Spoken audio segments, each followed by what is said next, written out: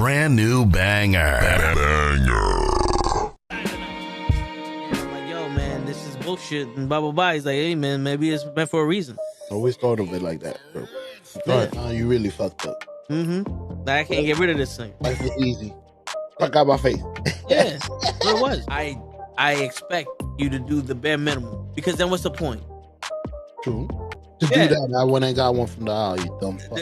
And shut the fuck up and lay low. You're female, like you could work your charms in certain situations that I wouldn't be able to. You know how much free shit you gotten? She once said word to mama, shit. Oh, got him. We understand it's gonna bother you. Some of us went through it. Some of us are gonna go through it. Well, we wasn't ready. I wasn't ready to go that deep with you. You don't really know what you want to share with my heart. No, look cock.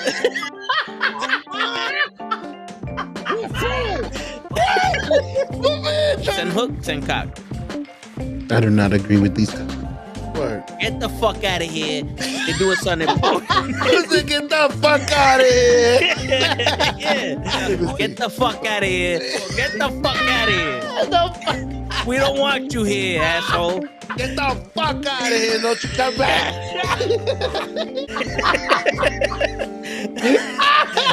I stay loose, I stay hype. I stay loose, I stay hype. I stay loose, I stay hype. I could do this all night, cause I do what I like. Yeah, I do what I like. Yeah, I do what I like. Sipping goose, sip is right. And I go with the flow. Yeah, I go with the flow. Yeah, I go with the flow. Cause I know I'm the show. In the zone, here I go. In the zone, here I go. In the zone, here I go. Yeah, they know I'm a pro.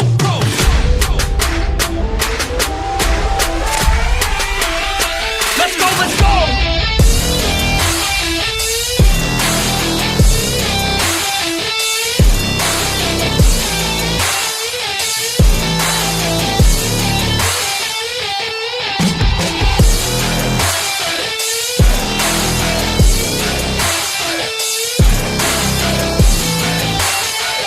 Yeah! Let's go! Here I go, I get lit, I get hyped for this shit. Right.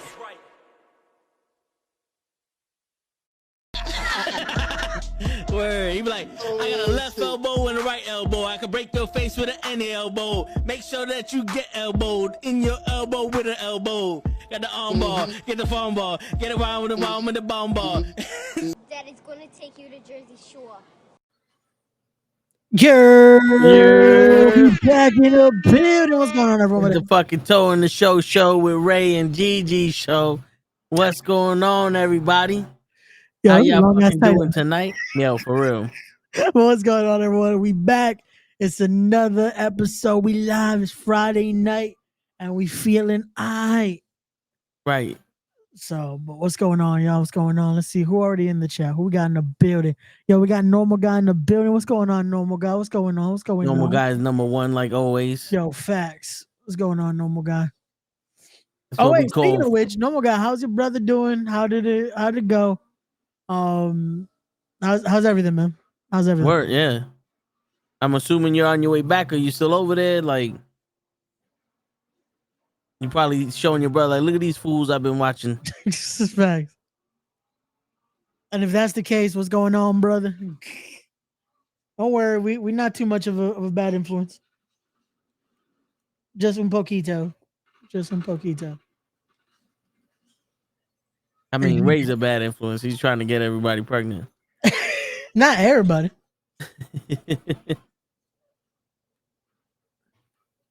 Gotta leave some for the rest of you.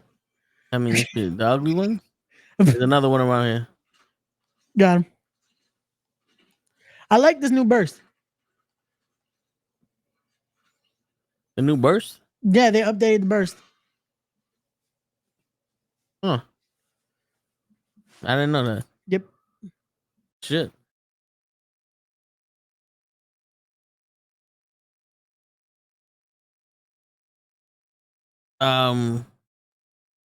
Yeah, so what was the same before we started? Oh yeah, so Kevin Owens coming out is just that ruined the tag team match that was happening with Lash Legend and this girl. I guess so. I don't even got SmackDown in the background, so I don't know what's going on.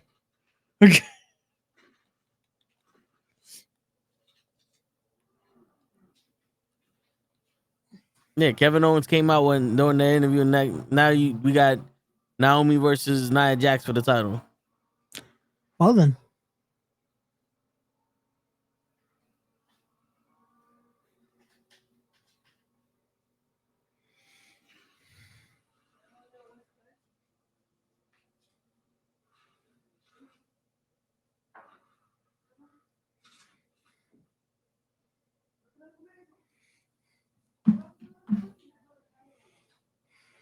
Shit. But how was your day, Ray? It's all good, man. Can't complain. Had to handle some things in the mañanas. Then it was just calm, cool, and collected, man. Just tried to celebrate, you know. Tried to celebrate as best as I could under the circumstances, you know. I hear you. But it was a good day. Getting ready Word. because it's gonna be a busy weekend. So yeah, man. I hear that they're still in Chicago. Oh, are they? Nice, nice, nice, nice. Yo, get you some deep dish pizza, my guy. Get you some deep dish pizza. Shit. Here comes Toe for the reasons why you should not get deep dish pizza. Word. Yeah. I bet. But yeah, but a day like today is always tough, no matter how long it's been, far it's been, wide it's been. It's been. Mm-hmm. And as I put in the post, like my dad definitely was not he never liked celebrating his birthday. Like he was very like he didn't mind like if we did, but it was one of those Yeah. like he wasn't like big on it. Like he didn't want to fucking throw a party or like he just wanted to chill. He would cook stuff like that. That's about it. Like he didn't want to do much. Yeah. But we always I tried hear to you. make it special, you know. Like we didn't just want it to be like, don't treat it like another day, you know. I hear that. Like Shit, because it is a special day, whether they want to treat it like that or not. definitely, man. And my brother's the same way. He doesn't even want nobody to say happy birthday to him. I'm like, that's cool, but guess what? People are gonna say that shit when I'm around.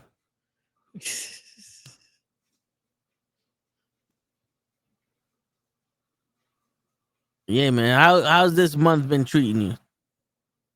Um, I am a fan of October just because I like the spooky season. So it's been good so far.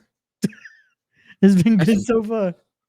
Like I said, this month is looking like it's gonna be somehow busy though, like crazy busy.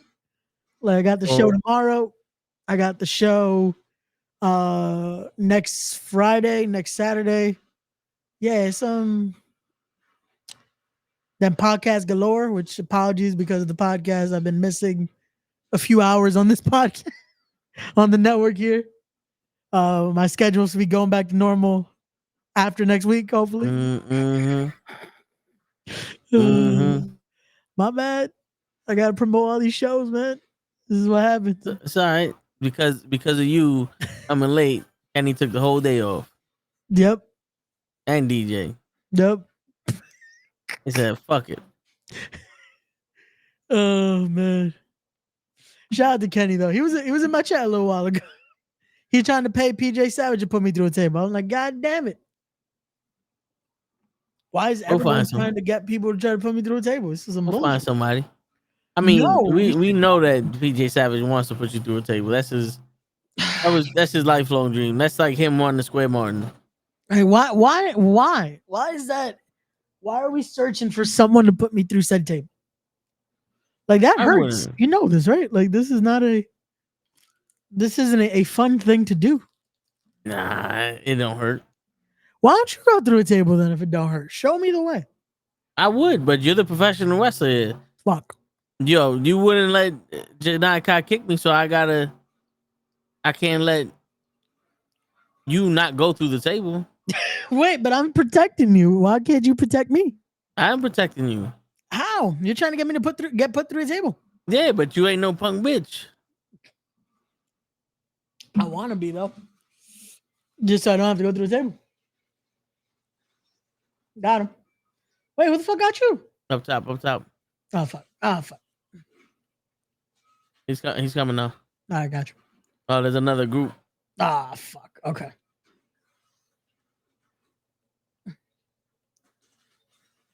God damn it. Ray, Why give me did I your not- McDonald's or Chinese food. What? No more guy wants your Chinese food. Don't give me your Oh. cornbread. I got no McDonald's or Chinese food. That's right. I didn't have me some Wendy's today. So No wonder. I had Wendy's today, man. I wanted to try the new Krabby Patty. How was that? It's just they just put a sauce on a fucking Dave single. That's all it is. That's legit all it is. I saw some with Dave single. Basically, I mean,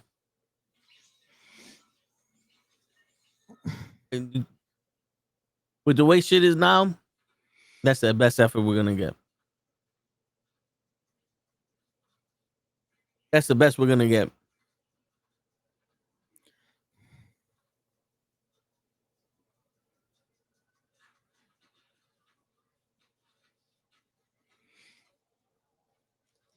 the Frosty wasn't bad though. I didn't get it. My mom did, but I tried it from hers, and I was like, "This wasn't bad." It's like the hint, the slightest hint of pineapple, but it's not a bad mix. I thought it was like a sherbet. Mm-mm. It is legit just it's almost like there's like pineapple sauce in it in a sense. Oh, But it's not bad. I would rather them bring back the creamsicle one though. Cause Yeah. that was bomb. yeah.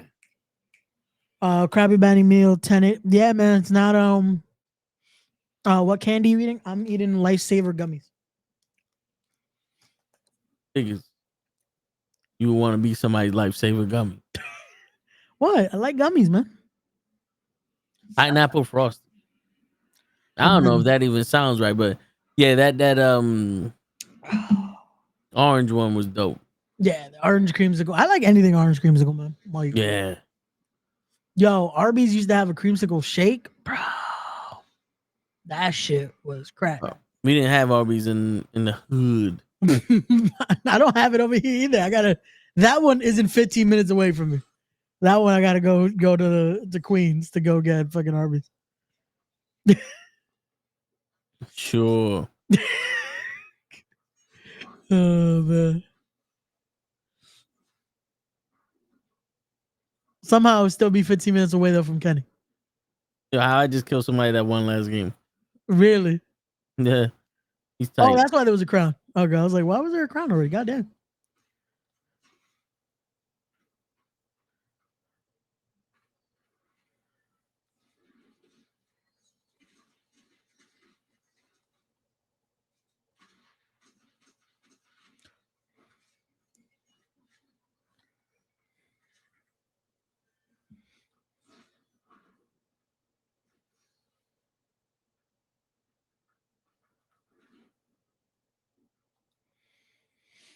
Yeah, fucking. Motherfucker. I had the Sherry's. Why the fuck did it kill me that quick? How the hell did? You know what? Oh, there's someone around here. Yeah, someone in a birthday, a Christmas present skin. Yeah, I got the bitch.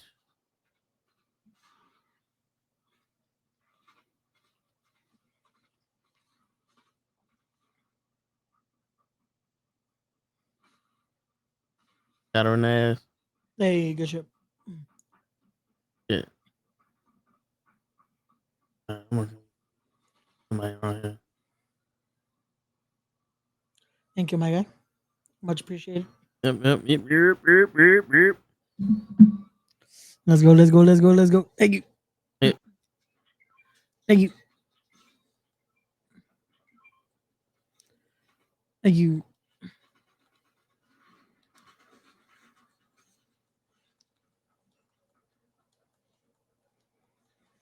I got no more. Oh, never mind.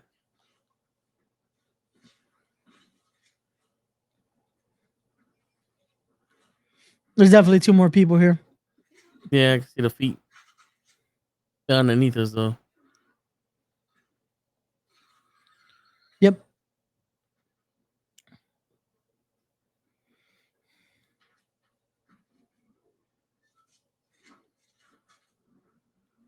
They took the car. Did you take a zip line yet or no? Yeah, I already did I did the challenge. Tankaju. This burger place from Chicago, best burger to wait, what the hell? This burger place from Chicago, the burger tasted like trash. Ah, damn. Oh, I thought he said it was the best burger. Then I see trash. I'm like, oh god damn. I mean, it's Chicago. Who the hell do they think they are talking about they can make pizza? You know what I'm saying? Who do they think they kidnapped? Joseph Clinton? I don't know, man.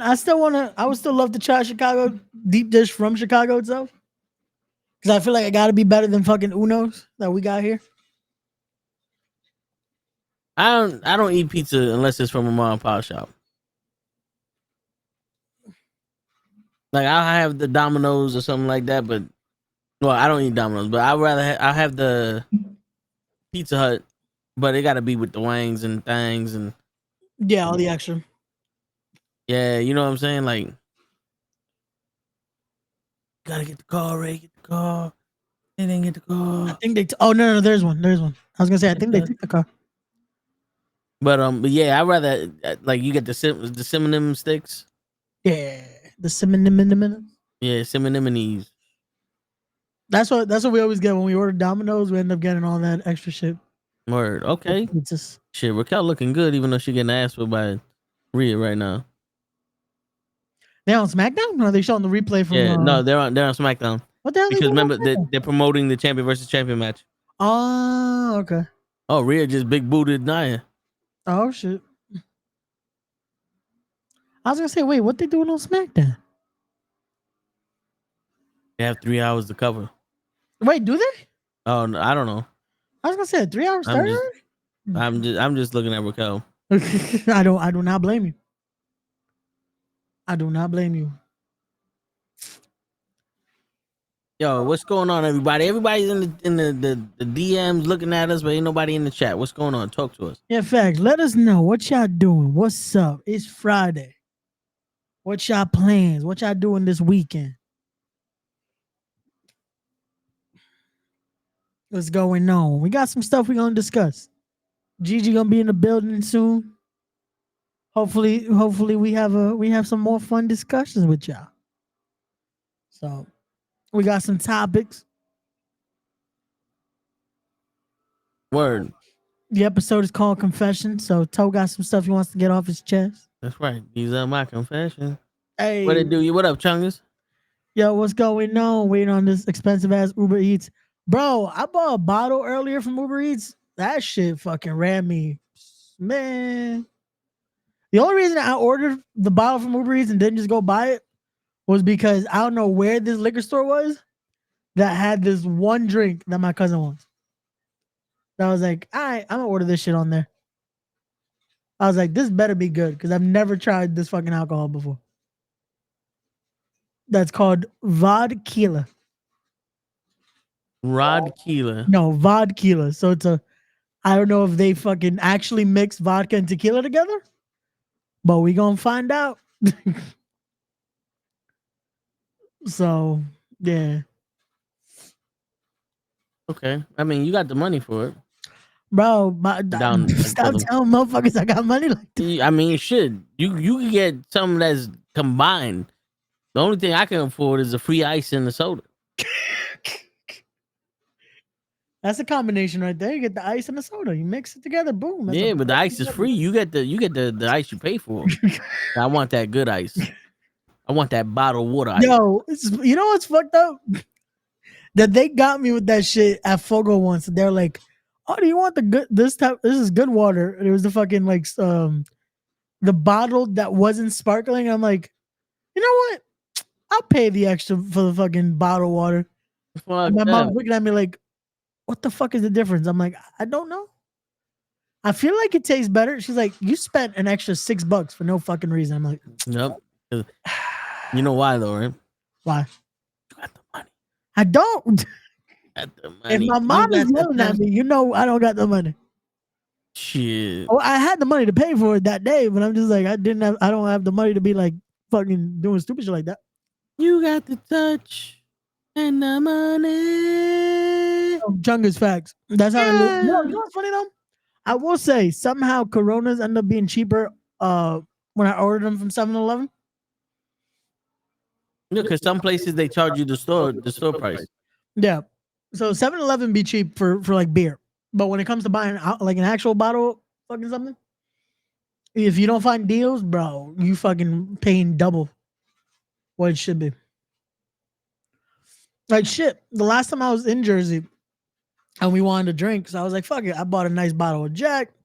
I bought some Coronas. I bought 2 bottles of Coke. I think that shit ran me $100. Yeah. Which, bro, when we went to fucking Jersey, when we went to the shit for shows, that Jack and Coke did not run me more than $50, and that was for the huge bottle. Yeah. And I ordered the fucking mini bottle for us because we weren't all gonna be drinking like that. Yo, not to cut you off, but Yeah, okay. they just showed that you get Bray Wyatt, the new Fiend, Toy Fiend, and Bo Dallas as Uncle Howdy in the new download. Nice, and that's all coming out on the 16th, right? Yep, that is Tuesday. Nice. But shit, man. What up, Damien? Ray broke like Tyrese. Shit, he just talking about he broke. Nah, but that's fucked up though, because Tyrese ain't broke either. You know what I'm saying? Tyrese just kept saying he's broke, but he's not broke. But nah, if I had He was just Tyrese like, if money, you gonna touch me, if you I gotta had give me. Tyrese money, I would not be saying I'm broke. If you had racist money, you wouldn't be saying you're broke. If I had Tyrese money, Oh, if I had Tyrese money, I would not be saying I'm broke. about to say, what does racist money got to do with anything? I didn't say racist. I said Tyrese. In the comment section down below, let me know if y'all heard if I said racist or Tyrese. I feel like I said Tyrese. WWE 2K24 free on PS Plus. Yeah, I saw. Unfortunately, I was one of the pendejos that bought the expensive ass edition of 2K. So yeah, it's I already bought it. Yeah, but you can get the free one now. I guess. Don't you want the free 2K? No, I gotta get like, PlayStation because they got free shit. They always get free shit. Well, technically, it's not free because you're paying for PlayStation Plus. How much is PlayStation Plus? I think now it's $120 a year. If I'm not mistaken. Dude, that's not bad because I'm fucking. Well, every 3 months I'm paying $27. It evens out, no? About the same shit. If I'm not mistaken. My ears heard Tyrese, my heart heard race. God damn it, Chungus. You know what I'm saying? Ray did say racist. I heard That's it what I'm loud. saying. God damn it, y'all suck. Come on, Ray. I said Tyrese. You calling Tyrese a racist? I'm not calling Tyrese a racist. I'm calling Tyrese a very smart businessman. Because my guy tried to plan out his whole interview with yo, did you watch his episode with Shannon Sharp? No. My guy legit interviewed himself. Well, that's what happens. You gotta like he legit planned out how he wanted Shannon Sharp to interview him. And then the fucked up thing is that there was supposed to be a part where there, I guess, we're supposed to edit out. And his editor said, "Nah, we're keeping this shit in there." Where he's legit telling him, "Hey, this is why I want you to act and say and ask me this, so it looks a certain way." And I'm like, why would they keep this in there? Yo, get on the bus. I'll be right there. Get on the bus, go round and round. All right, got him. God damn it! Could you die? There we go. Get on the bus, Oh Ray. no, no! Don't leave me. I just hacked it, and there's nothing good on this shit. I mean, Unless you need a blue AR. I do not.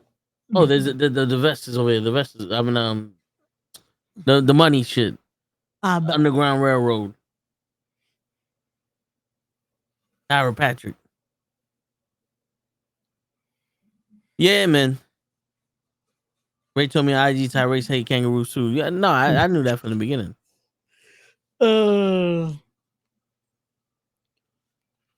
Ray always hated the kangaroo. I do not hate kangaroos. Tell that shit to the kangaroo man. Who's the kangaroo man? See?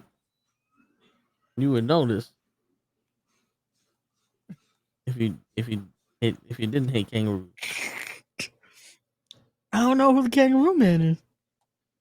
Oh wait, is that was that Adam Sandler and fucking Baby Daddy? I mean not Baby Daddy, fucking Big Daddy? Nah, he was Scuba Steve. Oh, okay. Dang, see, you think everybody that does water looks the same? I'm just asking because he fucking had the kangaroo song. You don't remember the kangaroo song? I remember the kangaroo song, but shit. I was just asking, did he also dress up as a kangaroo? I know he dressed up as Scuba Steve. Do you? I do. Now I'm starting to question. Yo, that scene when he says, I can wipe my own ass. That shit fucking heartbreaking, man. Word. I can wipe my own ass. Yo, there's got to be another chest somewhere around here that's like hidden. You hear it, you see it, right? Let me see. There's got to be a hidden wall or something. Nah, just one of these must have glitched. Not every time we come here. It must have glitched. Unless there's something out here. Nope.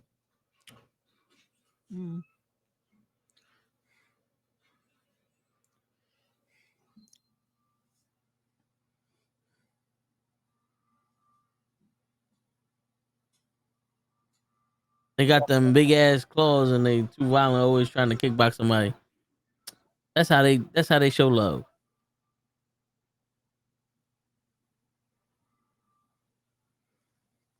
Not DIY and the Street Profits are fighting each other.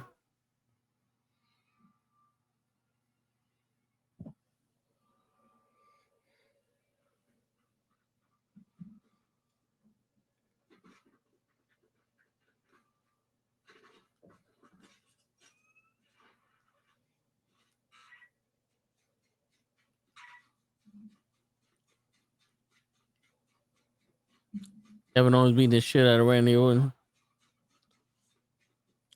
Oh damn, he's going heel now fully? Well, because Randy Orton tried to hold him back and then he elbowed Randy Orton and Randy Orton punched him in the face and Okay. I guess this is his get back. I guess so. That's it, man. See, Cody Rhodes always getting in between them. Mm-hmm. Just because of Cody Rhodes' legacy didn't succeed. Yep. Because Ted DiBiase was doing this thing.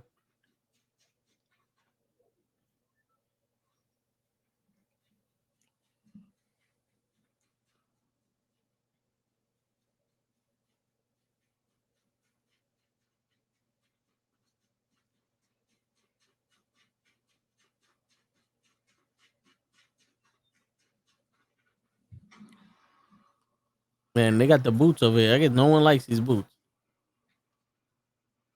I'd rather the jetpack. That's just me. No, yeah, I'd rather have a jetpack also. Oh. Yo. So the Unibeam doesn't do anything now. Nope. Neither does Golden School SMGs. Jesus. Give the kangaroos some fruit. They'll probably show you some. Word. We don't have kangaroos like that around us. You know where we can find a kangaroo? Where? I don't know. I'm asking you. In the land down under, Mm, driving in a brand new Honda.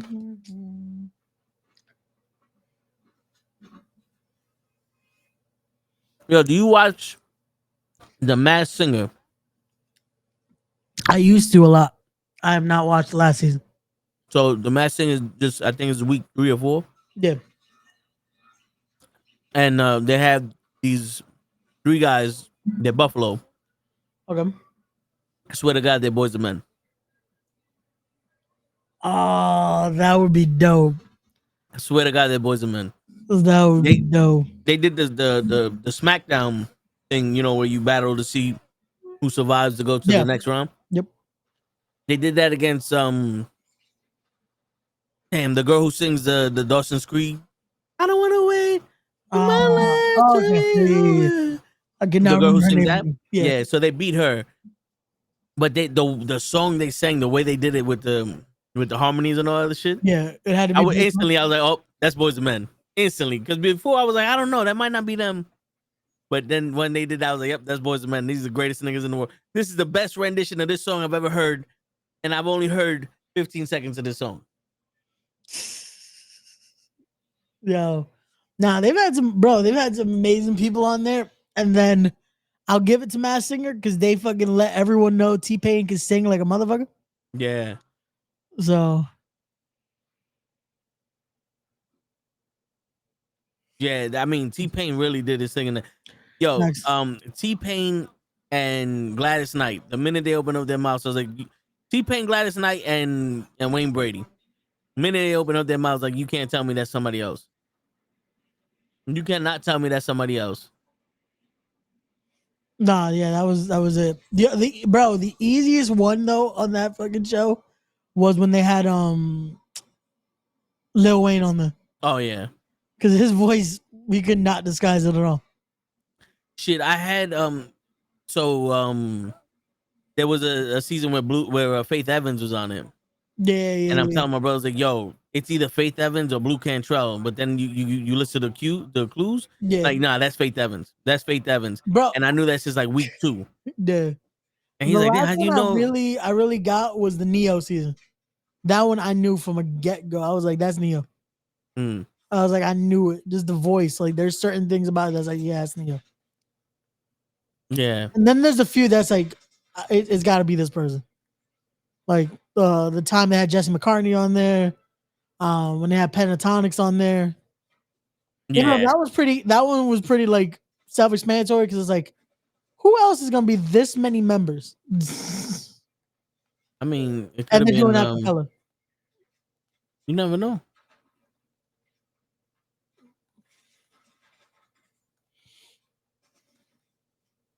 Oh, my man disappeared on my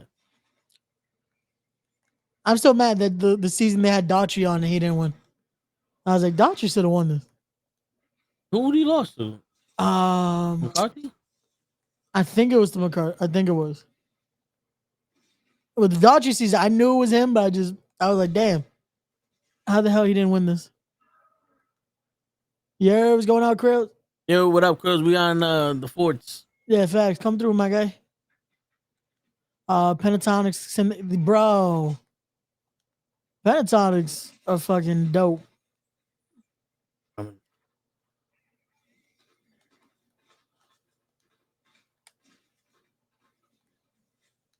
Damn it, I didn't think this shit was. You had to hit another play. I thought I could hit anyway. Uh, do y'all think Punk retiring? Nah, not anytime soon. He'll retire when he starts losing his fame.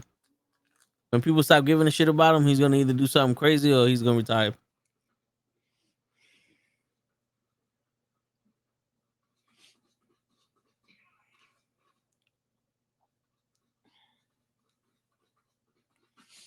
Oh, we can't talk to Stark fans no more? I guess not. That's racist.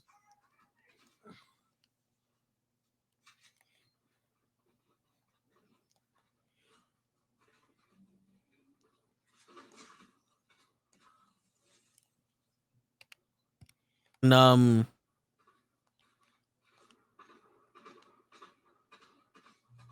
yo, normal guy said Ray. Hello. What did you do, Ray? What's going on, normal guy? What I do? What did I do? You know what you did, Ray? Don't know. I'm just having gummies, drinking me a little cerveza, and we playing Fort. Shit, I know. My brother's excited to go see Terrified tomorrow. Enjoy, my guy. I'm actually like I don't want you to say nothing, but I'm actually like, I feel like this is gonna be a funny ass movie. I will not Me, say at nothing least. because you just told me not to say nothing. You know what I'm saying? Like, I'm over here like, yeah, I'm anticipating this motherfucker just gonna do some crazy shit, and everybody like, ooh. And I'm just gonna be like, I'm just be sitting there like, this thing is crazy. But they really hyped for the first 5 minutes of this movie, man. Oh, there's a guy with a jetpack here somewhere. But I don't know nothing. I live on the 5th floor. Watching that movie might make you sick. Nah, bro, definitely not that. Nah, I don't get. I was born in the 80s. From the Bronx, apparently we see dead bodies every day, dude.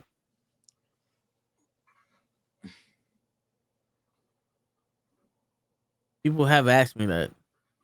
You're from the Bronx? Did you ever kill somebody? Oh yeah. Call me the pussy killer.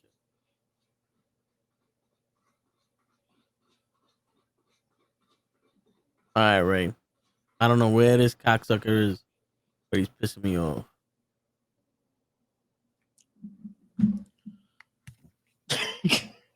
My boy just texted me. I think you and I might be numb because of how we were just like desensitized to the movie yesterday. I mean, shit. We just out here looking for booty. Laugh my ass off. I'm gonna have to see it for myself. Heard it's mad sick, but again, people kind of soft now. They might think Tinkerbell's too violent. Yo, Tinkerbell's crazy. I will say this, and this is not a spoiler. This is just they showed the trailer for fucking Steamboat Willie. Yes, that's Steamboat Willie, aka Mickey Mouse. Where is he? He's coming. He's on the. Okay. Oh, it's two of them. Yeah. Nice. Lovely. Okay, cool. You always gotta love how the 3 shots gets me all the time. Yep. My man can shoot me in the head while I'm moving from 400 meters away with. And cannons did nothing. Yeah. But bro, yo, they showed that trailer and I'm dying laughing. Cause I'm just like, they really made a horror Mickey Mouse movie. On top of making these fucking Winnie the Pooh horror movies. And I didn't know there's a Piglet horror movie.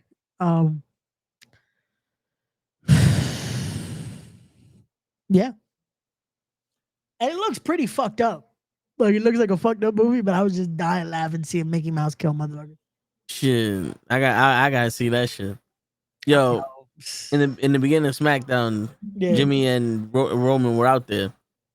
And he goes, "We the ones," and Jimmy's like, "I don't know, man. We need help. There's only one person I know that we can ask for help." And Roman goes, "No yeet." Oh. The whole crowd was like, "Yeet, yeet, yeet, yeet," and Roman was like, "No yeet." Oh, come on, man. Yeet, yeet, yeet. But Jimmy's wrestling solo now. I'm from the B-More suburbs. B-More, number 2 deadliest city in the country, right after St. Louis. It shouldn't be shocking, right? I mean, you'll be all right. The Bronx is his own country. I mean, shit. The first one made me laugh because of how low budget that shit was. Yeah, bro, I rewatched both of them to get ready for this film. I shouldn't have rewatched the first one. Because watching the first one again, I'm like, no. My boy put it perfectly. The first one is almost like the indie film. Like, this is kind of what I want my movie to be. The second one is now we have money, now we can create the movie. This one, you will see what it is. Once y'all see it, then we could talk how much like. Oh, there's a string bean banana over here. But The line. No, but yeah, bro.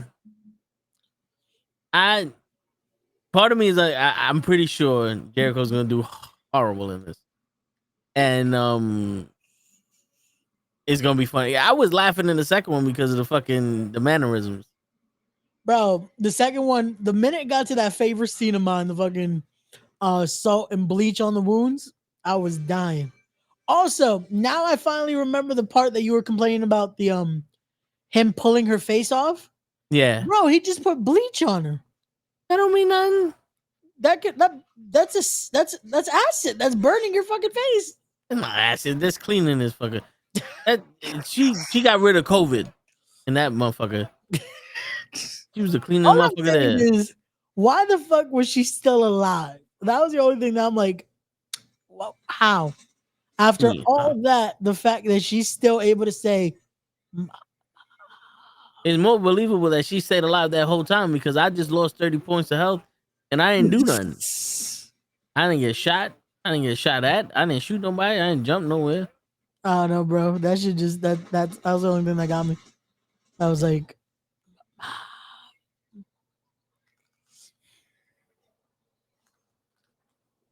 Yep.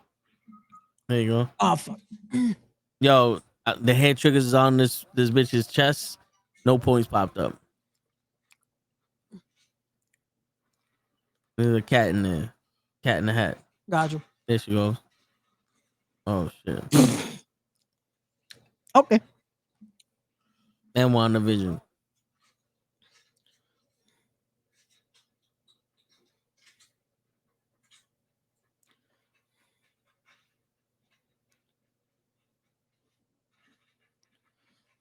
So far, this match is a better brother versus brother match than the WrestleMania shit. That's good, at least. Yeah.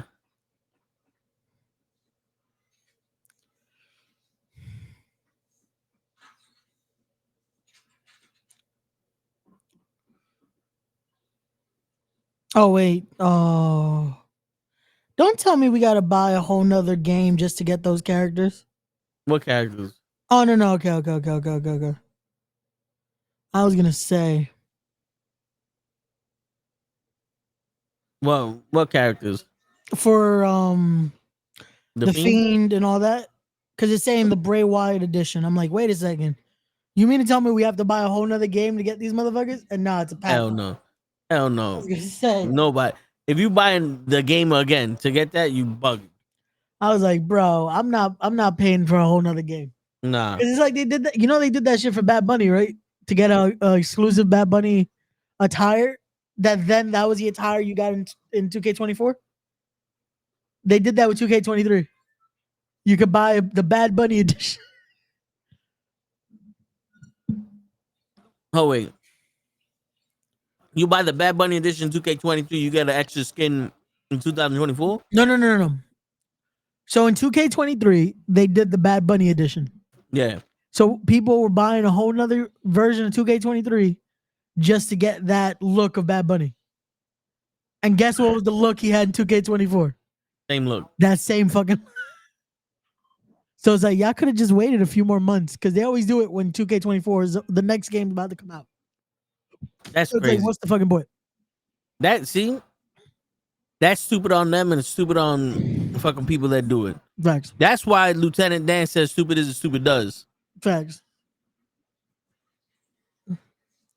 Yo, let me tell you something. They had a dude in Florida. It was on World Star that he was in a boat and they called him Lieutenant Dan. Yeah. I tell my boy, I said, yo, if you ever scream out Lieutenant Dan, the next words out your mouth better be ice cream. And I'm not even playing. Because that's disrespectful to Lieutenant Dan if you ain't got no ice cream. You know what I'm saying? Yep.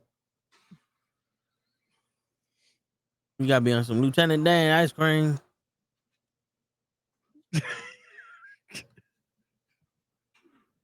Serious, bro. I'm sorry. It just sounds funny. It's serious shit. I'm sorry. You gonna make fun of fucking I'm not making Forrest. fun of him. It's just funny. Making fun of Forrest. My man. Is it not funny? Yo, he fucking represented his country in the Olympics against the Japs in fucking ping pong. Who else you know to do that? Who else you know was brave enough to fight him in the war and then ping pong him in the world? Ping pong. That is what it is. Shit. We gonna fucking make fun of Forrest. My apologies. Better not be fucking. Somebody's coming to you. Right. No disrespect meant for Lieutenant Dan. And Lieutenant Dan got ice cream. Oh shit.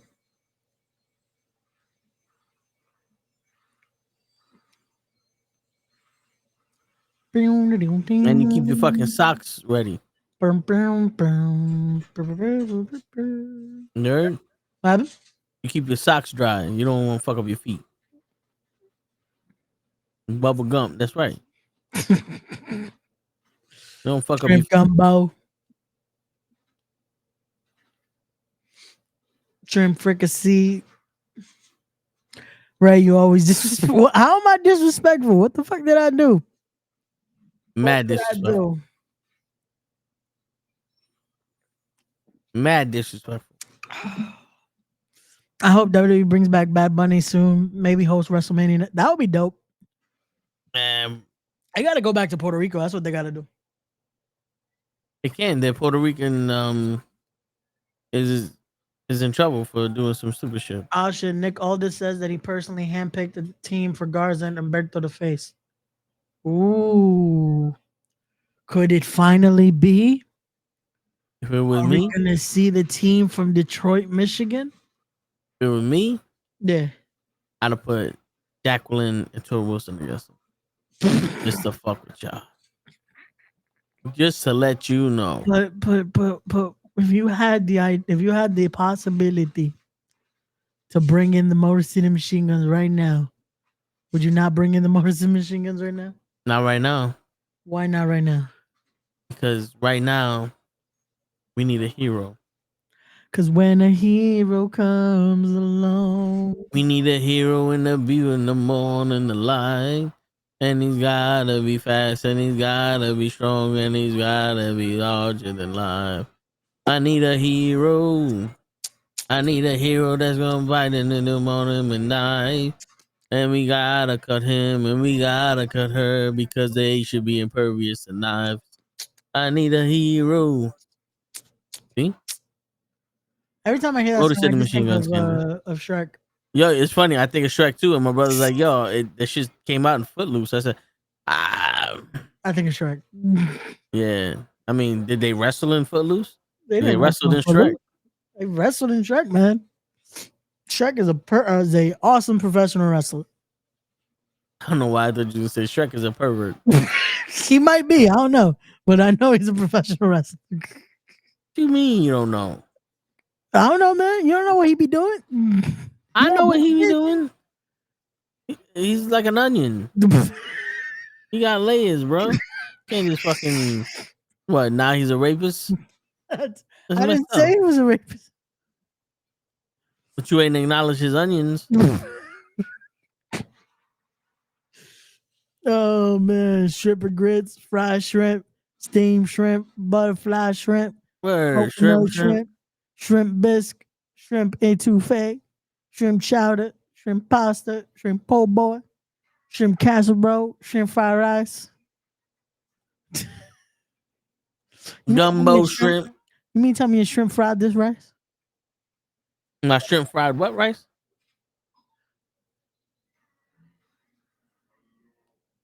Wait, did I forget to fucking put that? Oh no, it's there. I was gonna say I better have the fucking emote. Fuck happened. Papa. Nah, Donkey's a pervert. I mean, shit. Nah, Donkey fucking he fucked a dragon. We leave him Shit. alone. Donkey somehow was able to fucking get that. Listen, man. I ain't mad at him. Donkey did his thing. I fucking I tagged the main character from Terrified 2 in the tips of the day Did you? and in the clip. She didn't like it or nothing, but she could get it. I'm gonna let her know. I'm gonna she's send also her the main mad. I'm gonna character in send her the- mad. It's a boy cards Why? because we about to get her pregnant. Oh Jesus! That's About to get Junior blocked- right there, About to get blocked Look by at- the fucking main actress in Terrifier. looking like fucking Xena Warrior Princess. Donkey. How the fuck Chung is her Don King? I don't think Don King was gonna be able to fuck a dragon. Well, I mean, Donkey Sarura.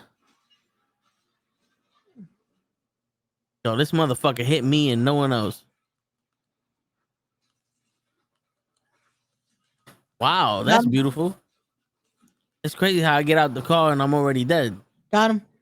Oh, I hear you. No. Yeah, my guy. Pick me up. I got you. Wake me up before you go. Cause I need to get all the dobos. And I'm like this, cause that's a hobo. And no one told me let it go. What? It's a good song, my guy.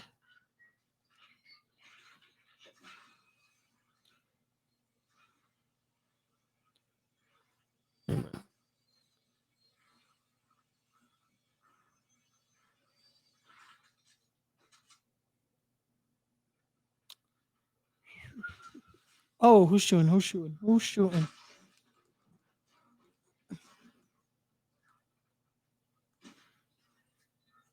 All right, we got one down. That was a little disrespectful. That's all I'm gonna say. Where the fuck is his partner? There goes his partner.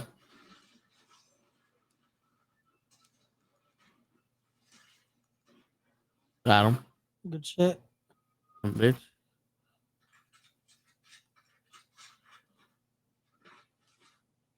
He got shield, Oh, I got one of those. Thank you. but his shield might be better than yours. Nah, man. He dead. We still here. My shield better. Well, his shield ain't because. Oh, hold on, let me go kick this cactus in the face. But There you wait, go. Lucy Lawless died. When did Lucy Lawless die? When did she die? I'm just saying that she had that. She looked like Lucy Lawless in that fucking in that movie with that Xena Warrior Princess outfit, looking all good, or as they say in France, looking what? Yo, there's no one here. Nah, be right there. I'm coming. Come on, Ray. Come on, Ray. I'm on my way. Stop playing games, Ray. I'm sorry. This is serious. This is serious. I'm sorry. I'm coming. This is serious. I'm coming. It's serious, Ray. I'm coming. That's what's up here. Get over. I'm coming. Stop. Stop. Dance. Did you just shoot at me? I'm here. Uh-oh. What happened? The Roman Reigns is coming out. Ah, shit. Boom, boom, boom, boom, boom, boom, boom, boom, boom, boom.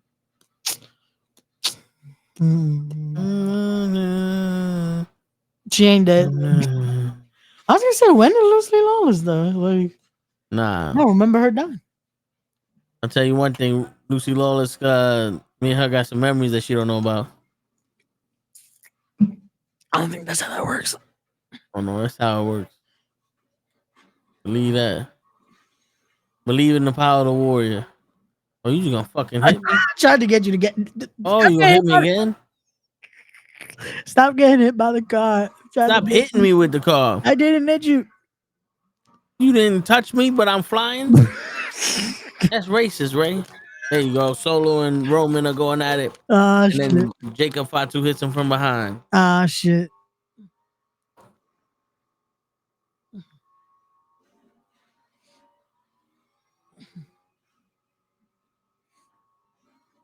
Uh-oh.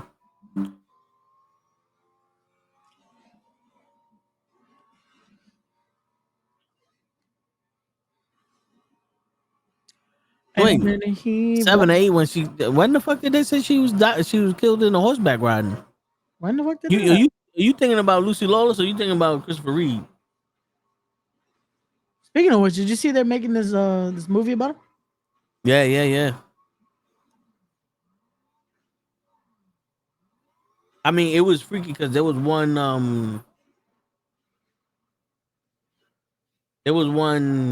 Super Bowl where they showed they showed him get up and walk. Really?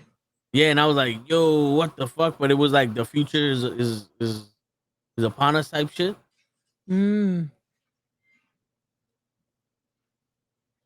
So that shit was freaky, and he died like a couple years after that before they could find a cure for him.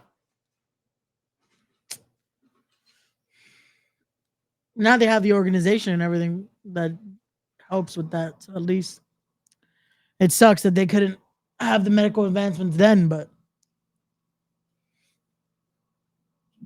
Guess they couldn't have what then? the medical advancements to help then. You know what I'm saying? Yeah.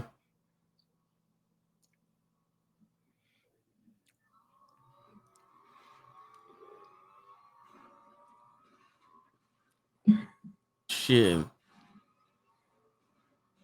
So they beat up Uso and Rome.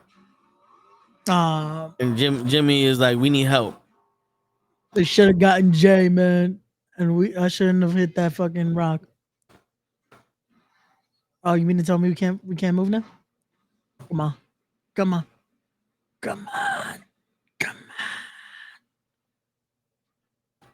Hold on. No. There we go. Come on, Ray. You had one job. Get in the car.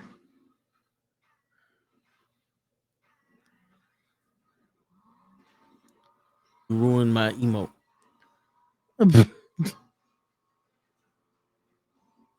I do want to mention I might have shot out the tire when I did the Unibeam. Figures. Yeah. You want to touch your butt? You sound crazy, but it ain't no lie. Nah. Give me your eyes.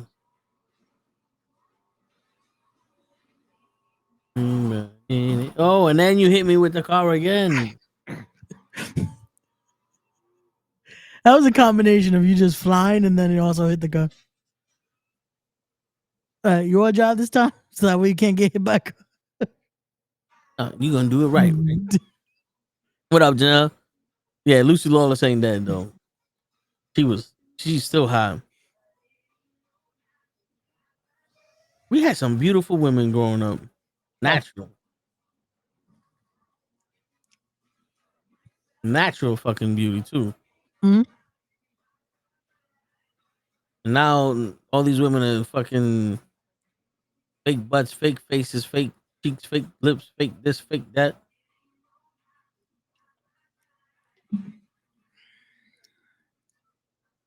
Shit, they saying that Gina Carano should have took over for Lucy Lawless.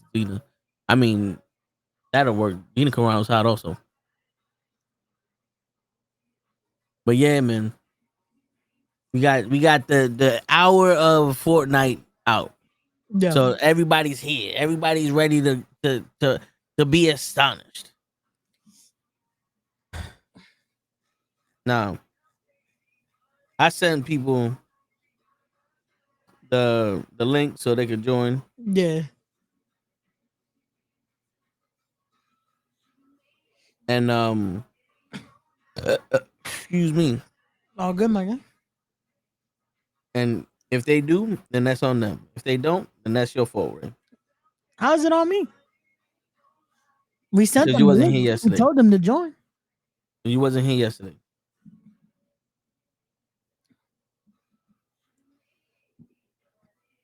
Yo, we're gonna sit here and just emote all day until the end of this game.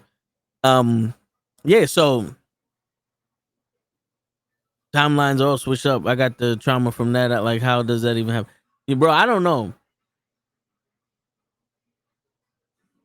I don't know how that happens, but there was a time when people were just saying that celebrities were dying and shit. People like I remember they said that Fluffy Yep. Iglesias died, and he was like, "Really?" He started tweeting out. He's like, "Damn, I didn't know I died. You know, I hope I died peacefully or something." You know, everybody want to be the news and shit. But all right, what I really wanted to talk about, right? The reason why I asked you, I was like, how's this month been going? All right. Is because for me personally, Yeah. the past few months,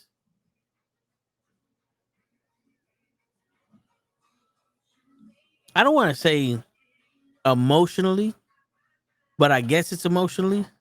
It's just because like I hold my emotions in now. Like Yeah. they come out every once in a while, but I like mentally I've been thinking like, you know, my pops is sick. He's, you know, he needs help with stuff. Yeah. And you know, when you start thinking the worst. Unfortunately. I'm yeah. not I'm like, I lost both sets of my grandparents. You know what I'm saying? So, but I didn't know my grandmother and grandfather from my mother's side, you know, because they died when I was like 3 or 4. I have memories of my grandfather, you But know, but I don't, yeah. like, I remember him picking me up from like preschool and stuff like that, but I don't remember, you know, like anything other than, you know, little stuff. Gotcha. But my pops grandparent, my pops parents, you know, we lived the whole life together. You know what I'm saying? They passed when I was like 30. No, well, this is 2016. This is 8 years ago. Oh man. So I was like 28 Okay. when they passed. And Which is still relatively recent. Like 8 yeah. years is- Yeah. And I'm sitting here going, yo, I don't have either sets of my grandparents. My mom's not here. My Yeah. uncle's not here, who's like a father to me. My pops is, you know, not what he used to be. Yeah. And I'm like, damn, so you start thinking like, yo, what happens if I have a, you know, family of my own? No. Right? And I'm like, that kid ain't gonna be able to experience nobody. Also, it's kind of weird because it's like, technically, I don't have no fucking grandparents. Yeah. You know what I'm saying? And that it kind of like puts me in one of those moods. No, You know what I'm saying? bro, I definitely hear you. And it's it's a hard thing because it's one of those where, bro, a day like today, shit like that comes to my head because I'm like, when I do have a kid, and unfortunately, all I could do is pass on the memories I have, you know, and it's stuff like that that it's like that still is having them in their lives, you know, telling them about all that stuff and Yeah. sharing those tidbits because that keeps their memory alive. Like that's the biggest thing. As much as yes, unfortunately, they aren't here. Um, they're not. You're not. They're not visible. You could still keep them alive in that by sharing those memories and keeping their spirit in a sense alive, you know? Yeah. But it definitely is hard, man. Shit, bro. I think about that it's like, man, like, um, yeah, that shit is No, fucking. I hear you. It's what's There's a difficult when you jetpack. think about that, you know? That it's like, Yeah. because It's just I lost both of my from my mom's side. Both of my grandparents are unfortunately gone. I have all that's left is my grandmother from my pop side, because I lost my grandfather when I was 7 or 8 yeah. on my dad's side, and I Thanks, Morris. also didn't have I didn't have much of the like, I didn't get to grow up like that with him, just because Yeah. it was very like in his deterioration stage as well. Like he was Yeah. dealing with going through Alzheimer's, going through that it's like I have great like small memories when I was very young, and Yeah. then just seeing unfortunately the deterioration process. Nah, shit. The thing with my grandfather is like so the theory, he had a heart attack. Okay. It was like his third one or fourth one because he was a heavy smoker and he had diabetes and he wouldn't he'll eat whatever the fuck he wanted. Okay. You know, but the theory was that he really died of a broken heart because it was 5 years after my grandmother passed. And the shit that's fucked up is that my mother passed and her brother passed 5 years after her. And it was my grandmother and my mom passed of the cirrhosis of the liver. Okay. And at the same age, same thing, they passed. And my uncle passed the heart attack, same way my grandfather passed. You know what I'm saying? So it's like people always say, you gotta, you know, think of something else, or you gotta get past that and all that. Those are hard memories to get past. They're ingrained in you because it's almost, imagine forgetting how they go.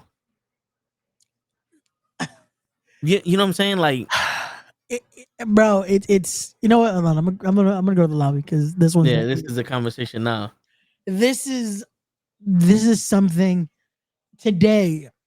I told my mom because she saw the post I did, Yeah, and I'm like, I hate how much my dad didn't like taking pictures, because now there's not many. yeah, But it's like all I have are the same few, and it's just like I hate that there's not much. Like there's a lot of like when he was younger and stuff like that, but there's not many of like us together, and yeah, that shit breaks me now because I'm like,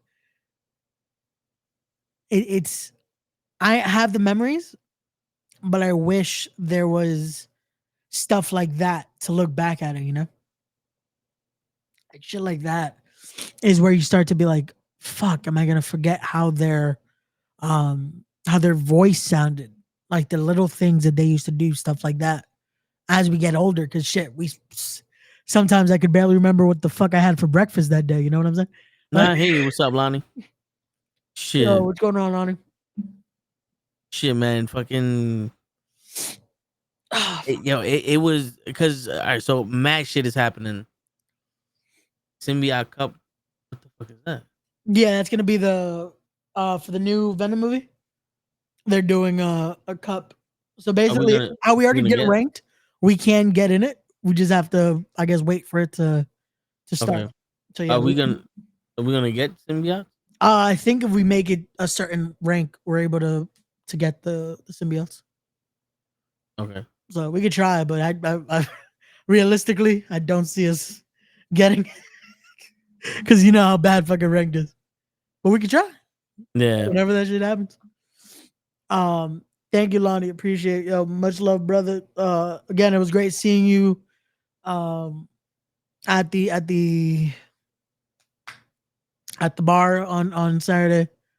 Much love, man. Yeah, man.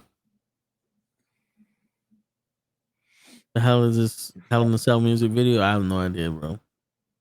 But yeah, a lot of shit's happening at work. A lot of shit's happening here. So it's like mentally I'm not there, but like physically and emotionally I'm there. And sometimes it just overwhelms me shit. But the other day I was filling something out. It was like the 2-step authentication shit. Hmm. And I had my cell phone number since I was 18. So we're going on 18 years. I had the same number. Got you. I put my house number on. I haven't had my house number for like 12 years. Oh shit. Okay. I put my house number and I was like, oh shit, what the fuck? Yeah, bro. That's how that's how I was in there. Yeah.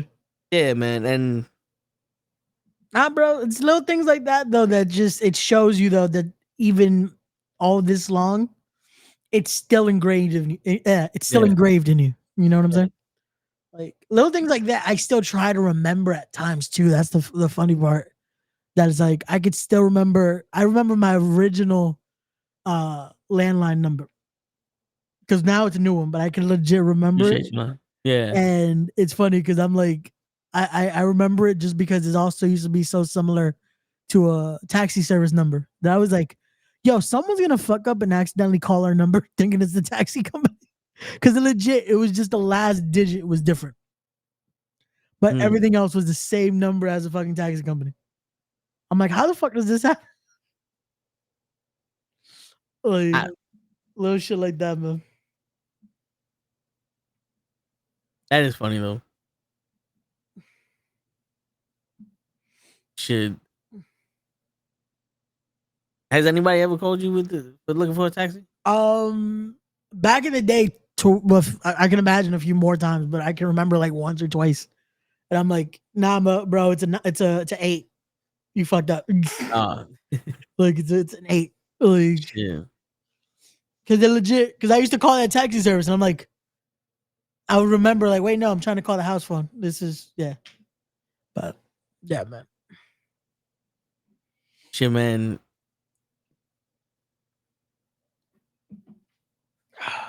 I'm trying to figure out a way to say it without starting the conversation of the topic. Like, you know, like, all right, I'm sitting here and I'm thinking to myself, I'm like, I think I'm too good of a person to make it successfully.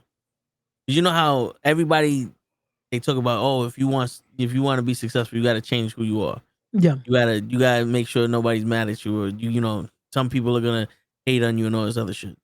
And for me, it's just I've learned it's a lot easier to be genuine and truly who you are than it is to be a liar or a player or a con artist, because you have to keep that up. If I'm genuinely me all the time, that there's nothing to keep up. This is just who I am. Yeah.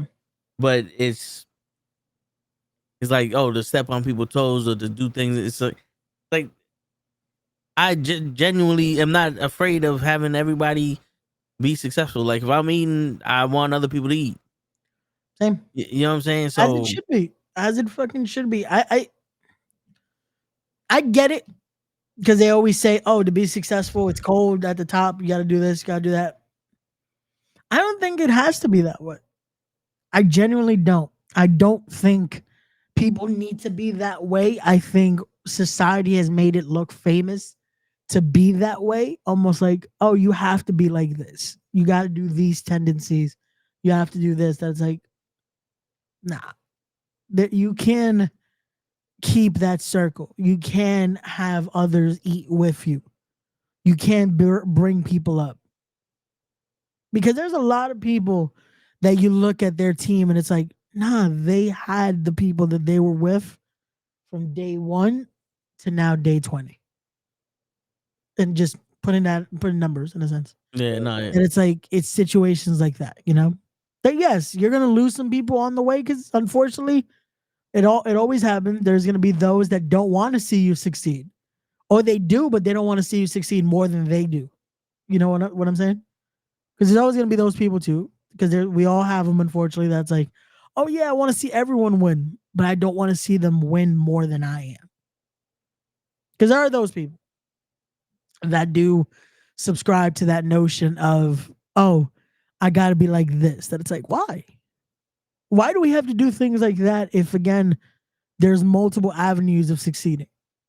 We aren't all doing the carbon, this is the set plan. Because there is no way to fucking, if there was, we would all be fucking just doing this shit for a living by now. Yeah. It doesn't work like that. For some people, they could do it once, and now they're doing this for a fucking living. I would love that to be us. I would love it that we fucking have the one video that everyone just, and that's it. Now we're there. Now we get to fucking be like, well, fuck it. We get to do a podcast every fucking day and have AdSense and all this, and we're fucking set. And we can focus on clips and fucking presentation and all this, and we don't have to worry about anything else. This is the way. But that's not our current situation. Shit. One day it could be. But the motto in our family has always been, it's always the hard way. Bro, and that's how it has to be, man. Yeah, but you see, we're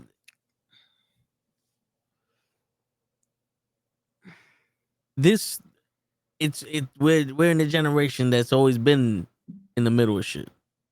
You know, you needed a degree, you don't need a degree. You need experience, you don't need experience. You need to know somebody, you don't need to know somebody.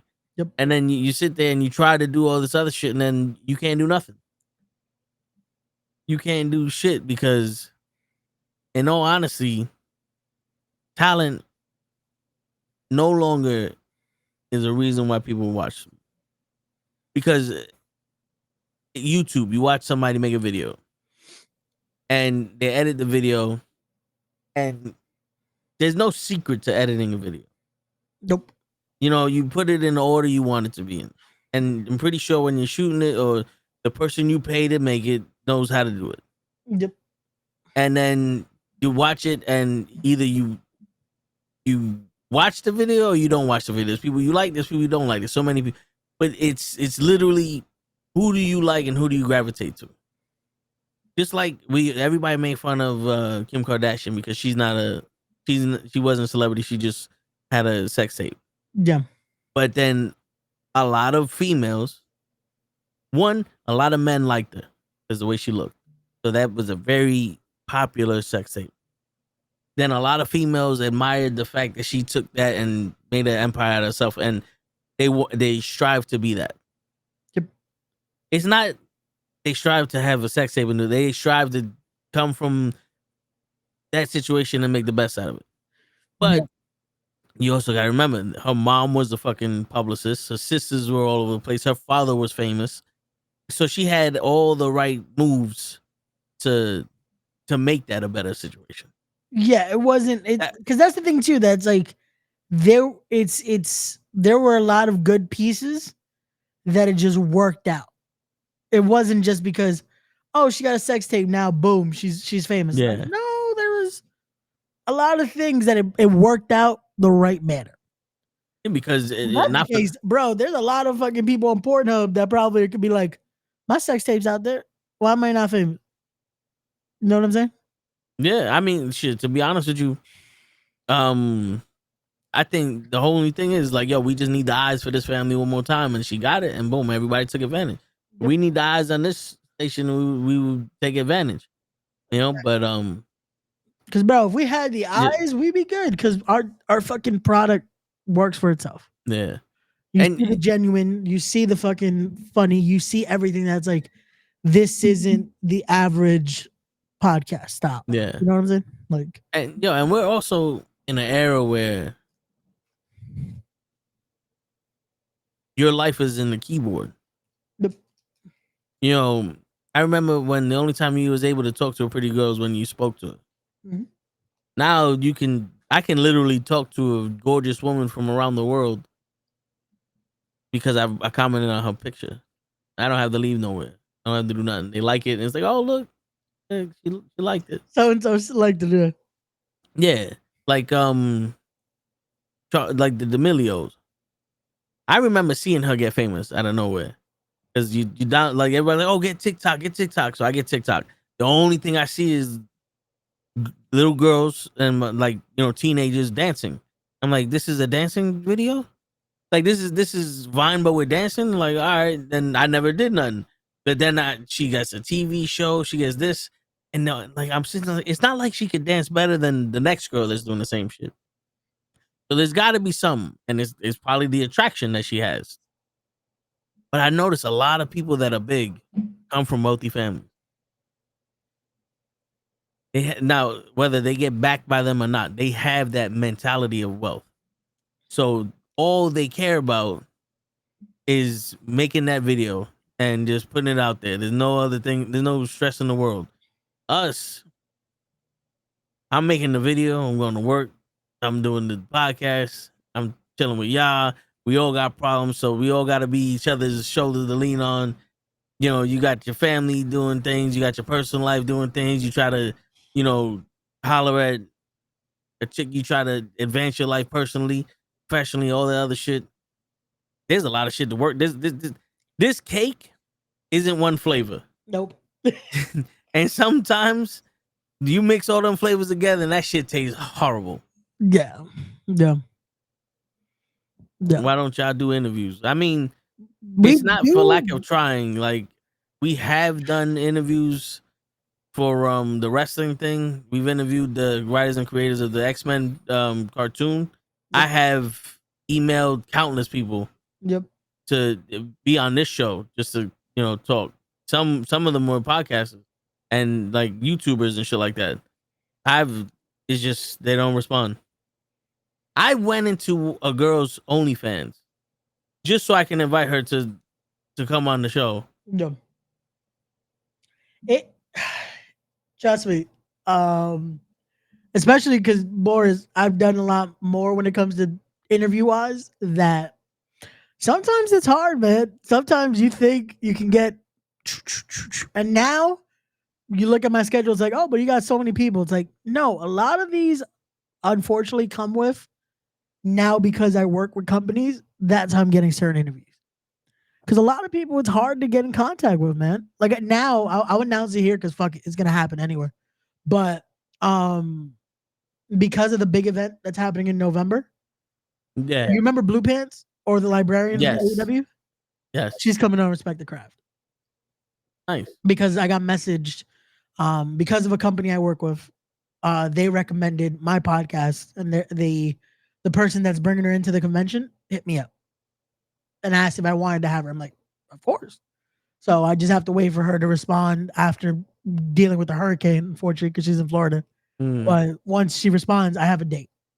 But it's a situation of it's a lot easier said than done with getting people that would, quote unquote, move the needle. You know what I'm saying? Because everyone thinks, oh, I just need that one interview, and that's like, no, you got to start from having, and don't get me wrong, I love having local people. I love it. Like I would never change the fucking podcast of fucking having people that fucking I would fucking, if I could, every other week I would have PJ Savage on. I would have a Matt Awesome on. I would have a Jared Diaz on. I would have my fucking mentor Anthony Gang going on. But at the same token, the viewer doesn't just want to see them. And thank you, Chungus. The Dijak interview. Yes, we got to have Dijak. I got to have Dijak. The problem with having Dijak is then that's what people want. That's what they then want to see is, oh, when are you going to have the next name? And the next name. Shit, I look back at the dates and I'm like, fuck, I had Alex Shelley and then I had Dijak 2 weeks later. And you look at the numbers, it's like, oh shit, those are nice numbers. But then you look at the next interview I did that I think was probably someone locally. And it goes from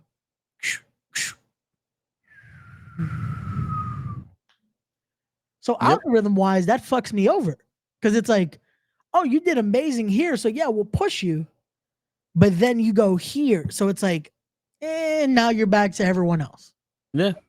So it's like those spikes are amazing. But then you have to try to keep that up. And it's a challenge. Yeah, and sometimes, to be honest with you, I don't like doing interviews. Like, they're fun, and it depends on the person. Like if I really like, oh, I know this person, I want to, hear their story. Yeah, no problem. But certain times it's like we out here just shooting the shit. You know what I'm saying? Like we're legit here talking. This is built on, us having this conversation and people, you know, um, people interacting with us organically and being chimed in on this. Sometimes those interviews is like you got to ask these questions that either you don't care about or it's like this ain't really the tone of the show. Yep. You get those guests that don't understand what's happening. You know what I'm saying? Like they don't like. I need a little bit more of who you think you are, and a little less of who I think you are. Does that make sense? Yeah. You know? So I wanna address John's comments here because John, as easy as these two comments sound, nope. And this is coming from someone that has now been doing interviews for the past. It's going on 3-4 years now. The timing again, you have to be very open with your schedule, and that doesn't work for everybody.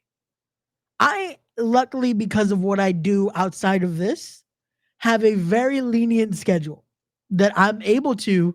When we want to do a steak day, I can do a steak day, or when a fucking person wants a random, hey, can you do a 4 p.m. Central, 5 p.m. Eastern podcast, or an 11 a.m. podcast, or a 11 p.m.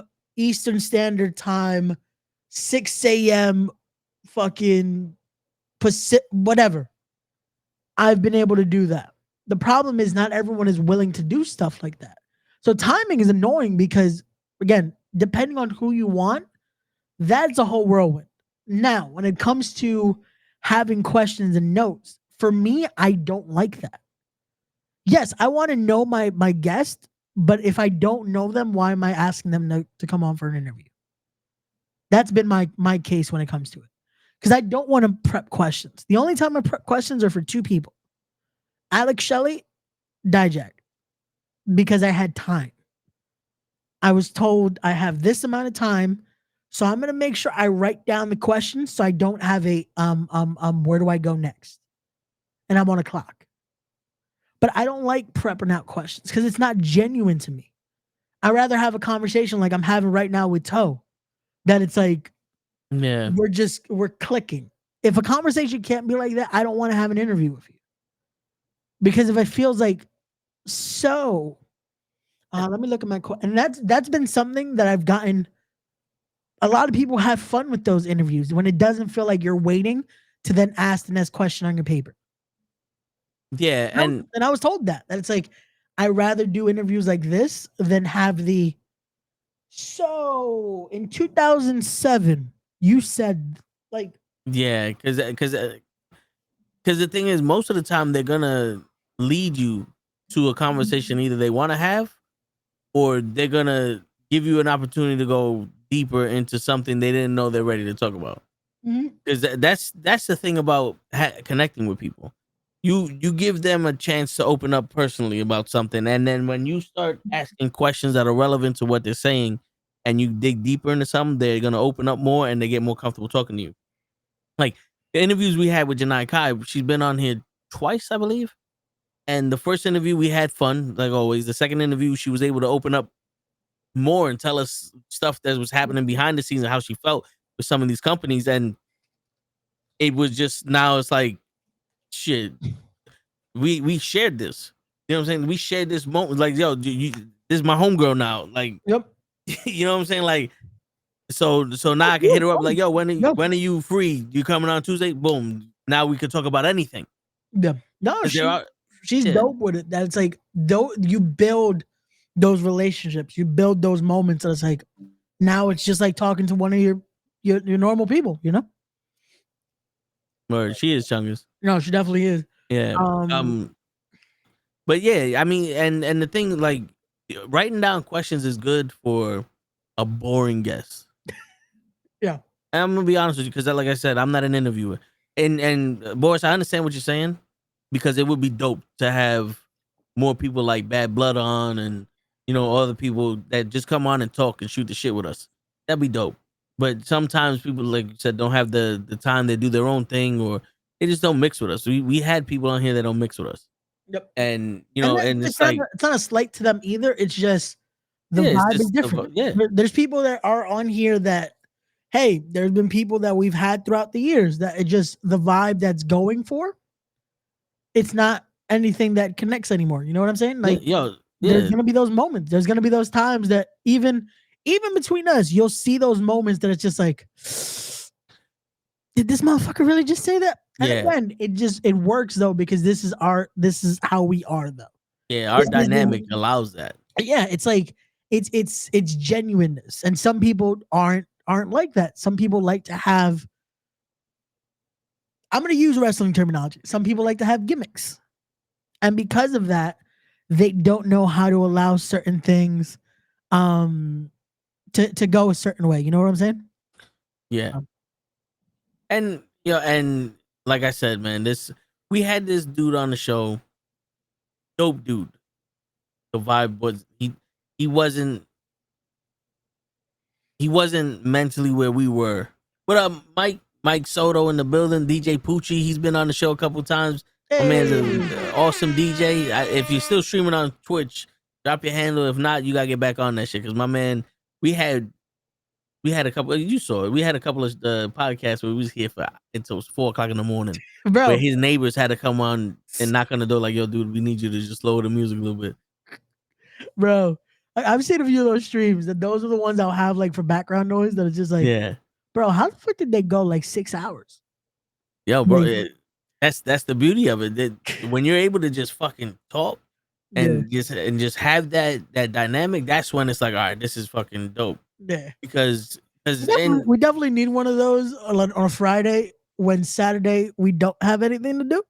Yeah, because I would love to do one of those streams. The problem is most of the time when we do the Tone the Show with Ray and Gigi, I have a show the next day, and I need at least a few hours of sleep, so I don't fucking. Hey, what's going on, everyone? Welcome to So and So Wrestling presents. Bing, bing. Oh, the match is over.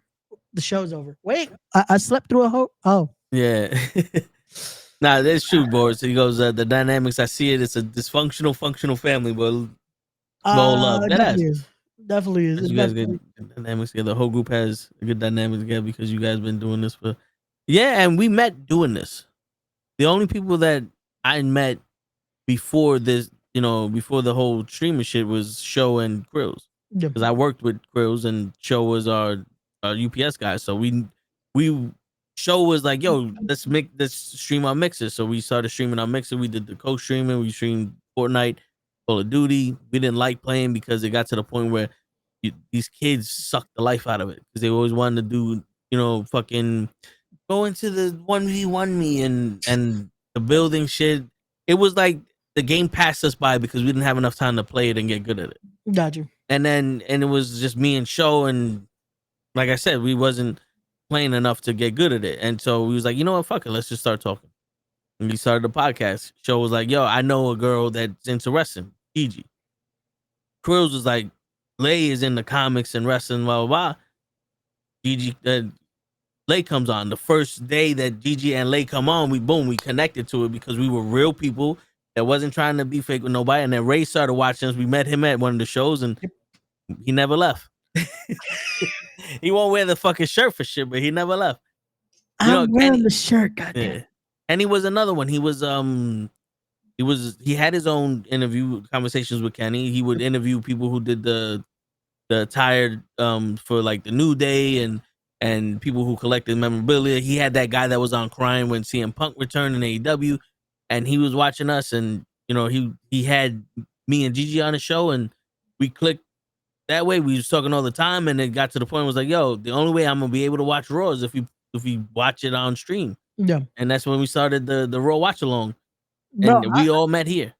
I legit keep saying now that is probably one of the only reasons I still can watch Raw week to week, is because of us doing this. Because at times I'm just like, I don't know if I would have been able to watch this just for fuck's sakes. You know what I'm saying? Yeah. No, Like, it's just word. You like- see me, I can barely stay up still. bro. But But yeah, like I want to say this because, like I said, I'm not an interviewer. I'm toe tags, and that's my name on here. But people come in, we talk, we shoot the shit. I ask some questions, and I want to get to know you. We're gonna have a conversation. Well, I'm a conversationalist. Yeah. But there's some people that are boring.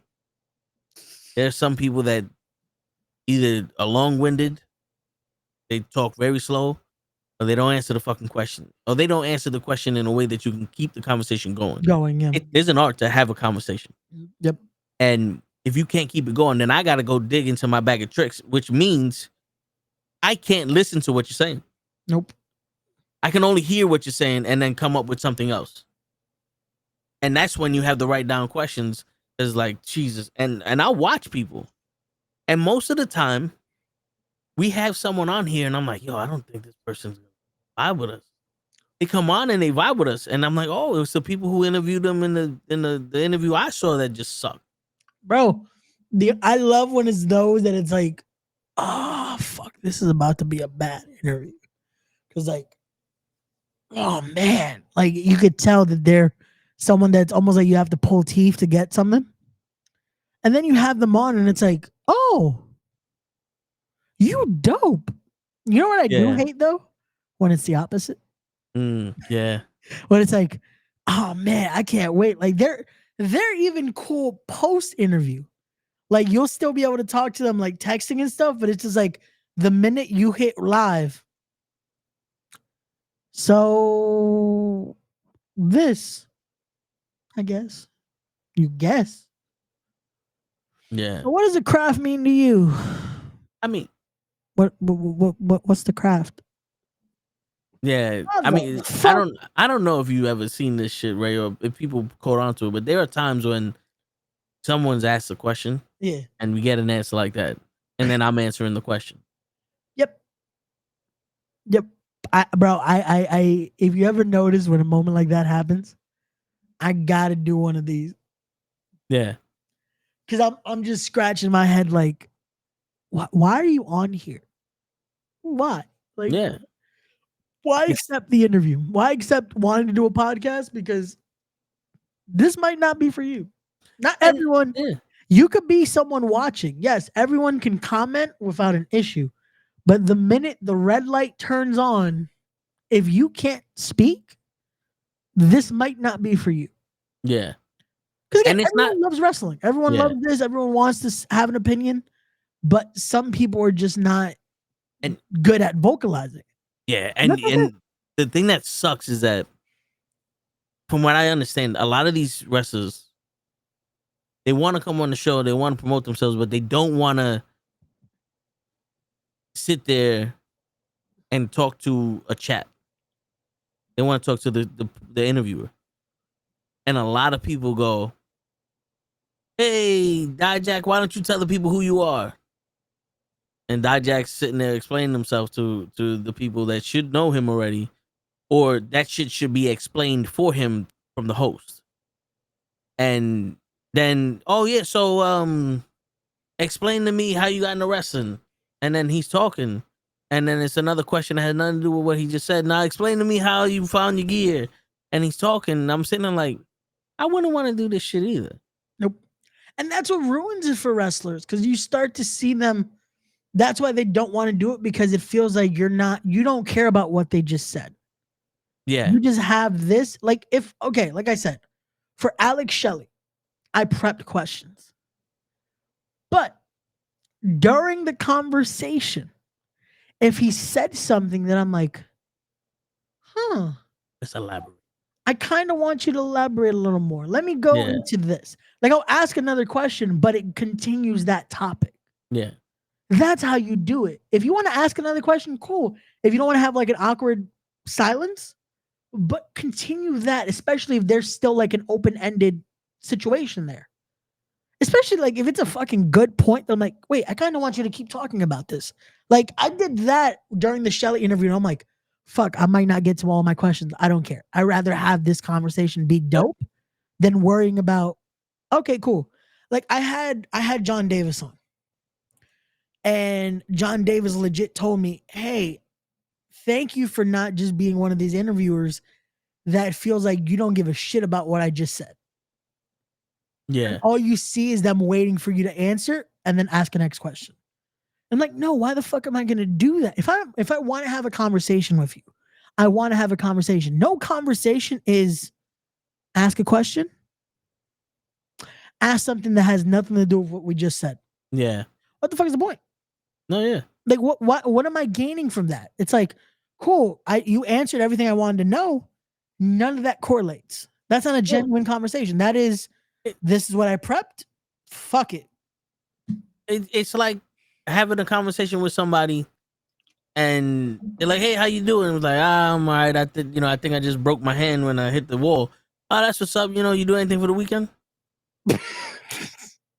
I gotta go. You know what I'm saying? But let me address Boris real quick. Boris, number one, I don't know who Wrestling Purist is.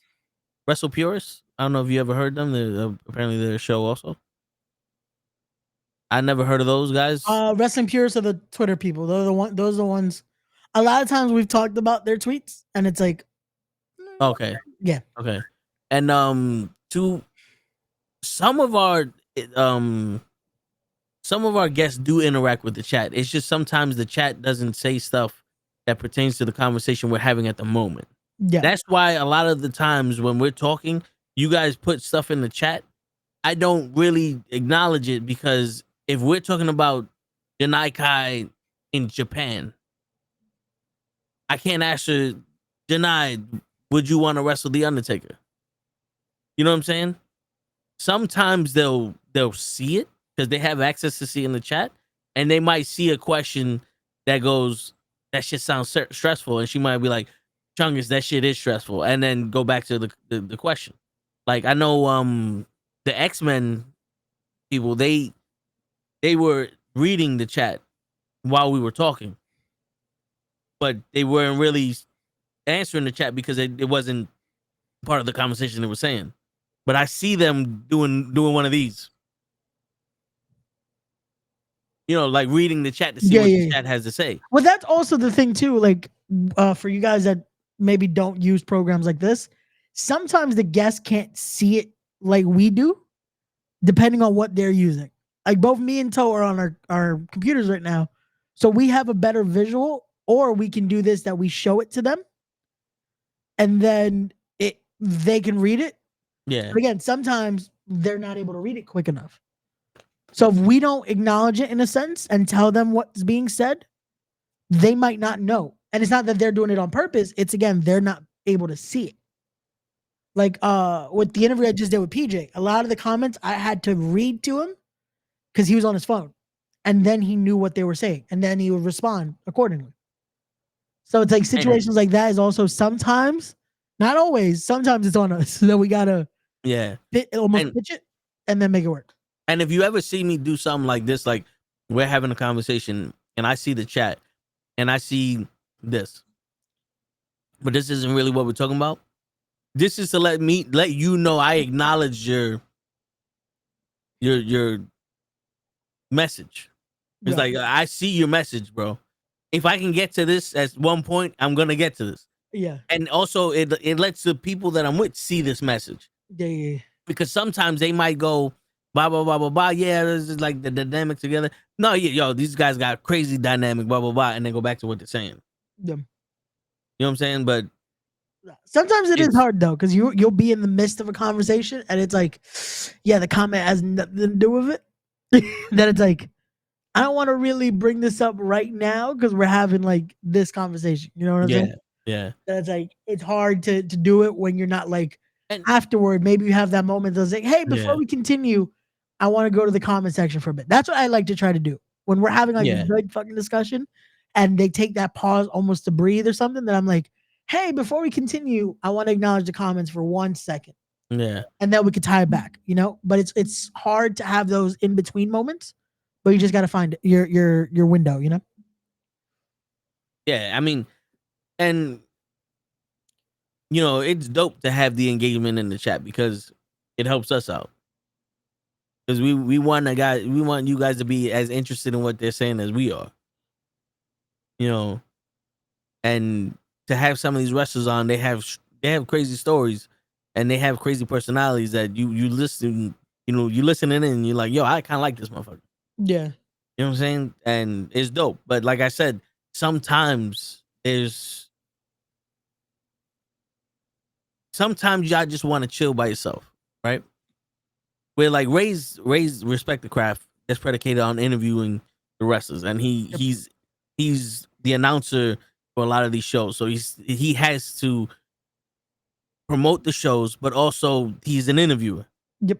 So he needs somebody to be on there to interview. This is like more of a talk show, like the Breakfast Club. We don't need someone else to come on because there are a lot of things we can talk about ourselves. Yep.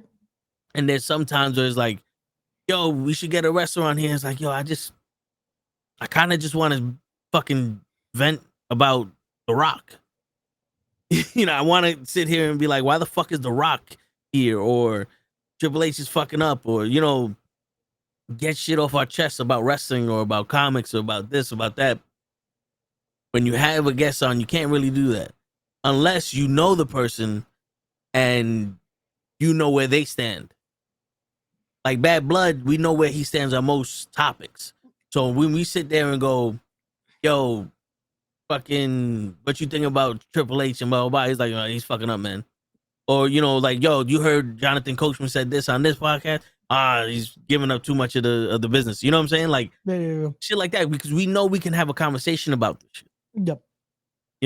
And it's not like we can't have a conversation with the wrestlers, but we're doing them a disservice because they didn't come on here to talk about The Rock. Yeah, and that's the thing. They came on here to talk about themselves. Yeah, that's kind of where mine gives them that platform, because mine has been predicated on, it's basically to boost them. My Respect the Craft has become we're gonna do an interview where, one, I'm promoting whatever shows you're on. I'm also promoting you. Most of the time now, most of these shows are doing that it's like, oh, we're having days where it's like promoting this company or this company, because it's a lot of companies that I'm associated with. Yeah. Or if it's someone that I genuinely am interested in, though, because I have those that it's like, I have no alliance to the company. However, I think they're a great talent. I'd love to have them on. Or if I have the opportunity, like with Alex Shelley, with Dijak, that it came about that it's like, hey, these were fucking amazing. Or Sammy, that Sammy was fucking someone that I just wanted to fucking have, because I was like, oh no, yeah, that was my dream guest. But there's situations like that yes, mine is very much like that I would love to do more of these. Like, I've had the few free for all episodes that is just us shooting the shit on there. And those definitely are people are interested. I just finding when those can work in, because a lot of the time now my schedule is all, let's have this person on, this person on, this person on, this person on. Shit, that it takes up my time when I'm supposed to be on here at times. No, yeah. I mean, Monday I had 2 back to back. That's like, I'll make it to Raw eventually. I know how you feel, because there are some people that if I wanted to have them on to do an interview, I would have had to cancel one of the shows to fill them in. You know what I'm saying? Like, I would have to cancel the sports show or the comic book show to fill them in. And people were like, yo, that's not a problem. But I mean, it's still like, this is the show here. You know what I'm saying? Like, this is the days of the week we go. You know what I'm saying? So it's like, all right, we're going to have to figure it out another way. Like, I wouldn't mind a Saturday or a morning shit, but then it's like, I'm going to be there by myself. And I'm not saying I can't interview someone by myself, but it's going to be a completely different dynamic of me talking to somebody by myself than the whole group talking to each other, because it's no longer going to be a knucklehead shit. It's going to be toe tags or me personally talking to them about wrestling. And that shit's going to probably go to a direction they don't want it to go, because I'm that much of a fan of it. And like, you saw what me and Santi were talking about in the beginning. You know what I'm saying? And it's going to go into that, and people are going to forget that we're live. Yep. No, but you know what's the funny part? That is the best part about these shows, that we don't forget we're live. We know we're live. We're talking to y'all. We're having a good time. But the conversation feels like we're not live, if that makes sense. It's just us having a genuine conversation, having fun. Why don't y'all do pressers / scrums? Okay. So how that works? Nah, it's all is- good, boys. You guys says anything. Yeah, how that works is you have to be approved by the major companies, and you have to then be invited to do so. The issue with that is you have to have a certain amount of following. You have to be.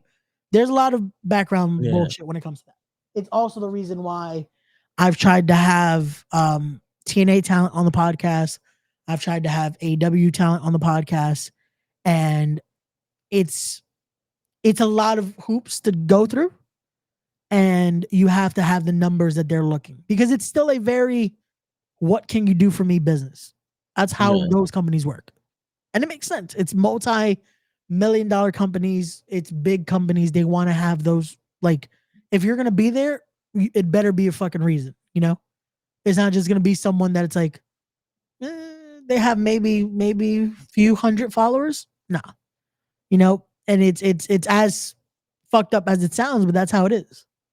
That's like, you have to show somewhat results that it's like, there's a reason why so-and-so is there. There's a reason why so-and-so is there. Even if their product might not be the best, unfortunately, they have the numbers. Yeah. So that's how that works. That again, Yeah. one day we'll be there. I'm not saying we're Yeah. not. I'm not saying we wouldn't want to be there. I'm just saying, unfortunately, at the moment, we don't qualify for it. Yeah. Right now, One day we will. yeah, we gonna get there though. Yeah. And Janelle goes, like, me and my friends like to talk about wrestling. We grew up watching it, and we became, best friends over it. But something stopping you from what? From being a wrestler, or doing interviews?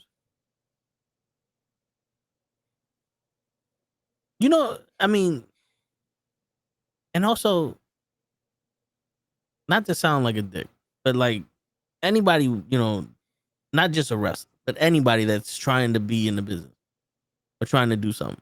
Even us, we get the same criticism. You hear the stuff that they talk about, and then you start saying to yourself, like, why aren't you doing any of it? Or, like, why you limit yourself to just what you're doing now when you know that you got to be doing other shit to get where you want to be? Whether it be your character development, the way you do things, your look, you're that, you're this. You know what I'm saying? Like, well, like, and you can't ask them that, because a lot of them take what they have now very personal. So it's almost like I didn't want to disrespect them. Like, well, why don't you try to work on the shit that you like? You know what I'm saying? Like, you know what I'm saying? Like, but it's still, sometimes you're like, oh, you obviously got the passion for it, but there's something missing here, bro. Yep. There's something missing. And it's hard because you can't at the same token be like, hey, maybe do this or do that, because there's a lot of stuff that's also very yeah. Because the people can have the same opinions on us. Yep. And and it's still like, I mean, yeah, something's definitely missing, but we're doing the best we can at the moment. I still say the only thing that's missing for us is the fucking views. Yeah.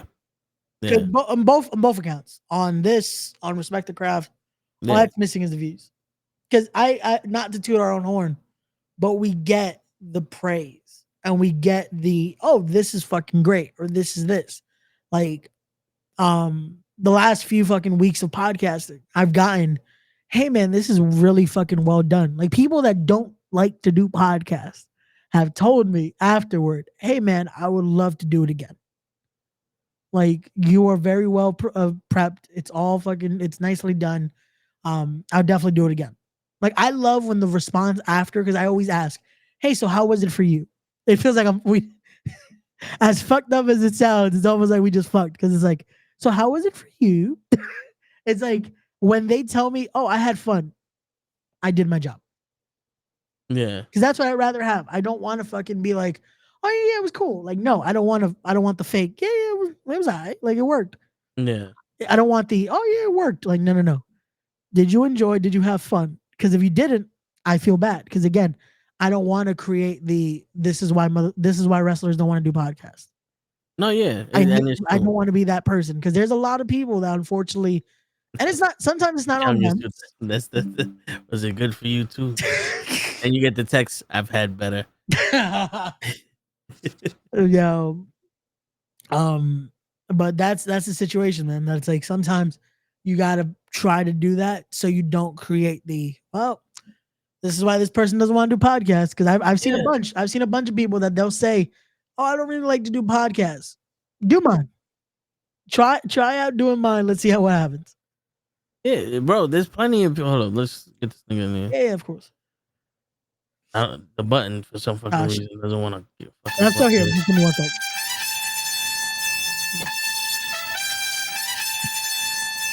You can't unmute me.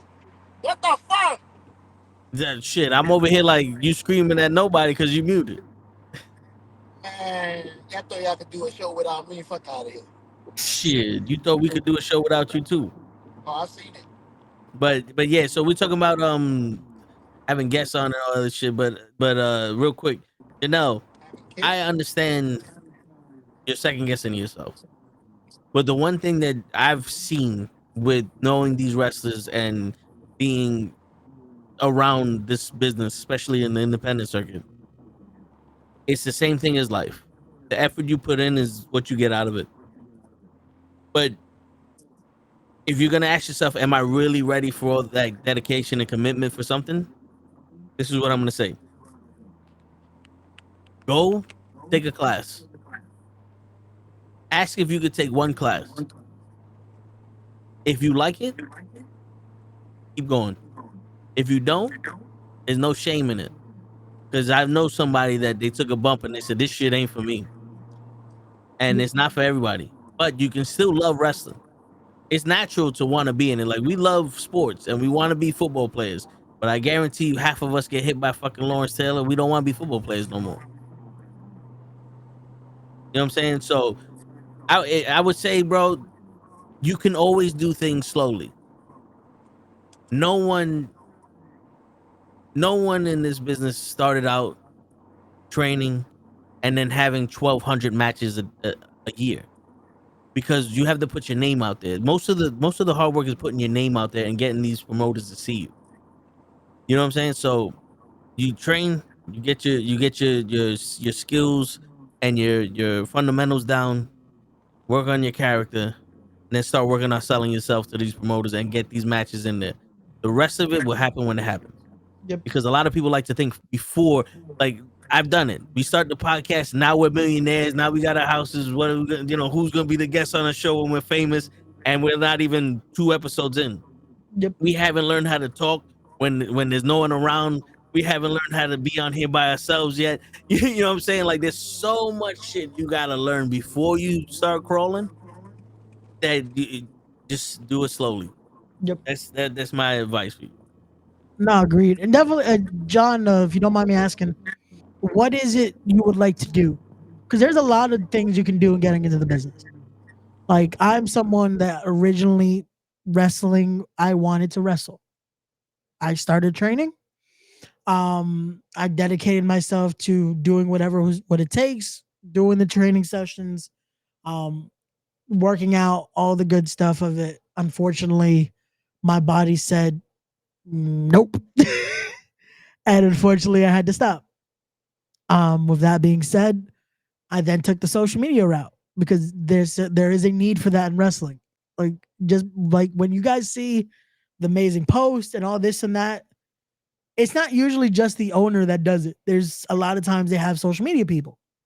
And that was me for the longest, of being the social media analyst for one of the companies, of having their how to fucking post, having the hours, how to make this look, how to make this look, how to make it look very presentable, and to make sure it has the most attention, and knowing the metrics and all that. After a few years of that, then finding, oh wait, let me try out this commentary thing, and then dedicating myself to learning how to do that properly, because there is a skill to that. You can't just grab a microphone and then start talking about wrestling. It's not as easy as doing one of these. No.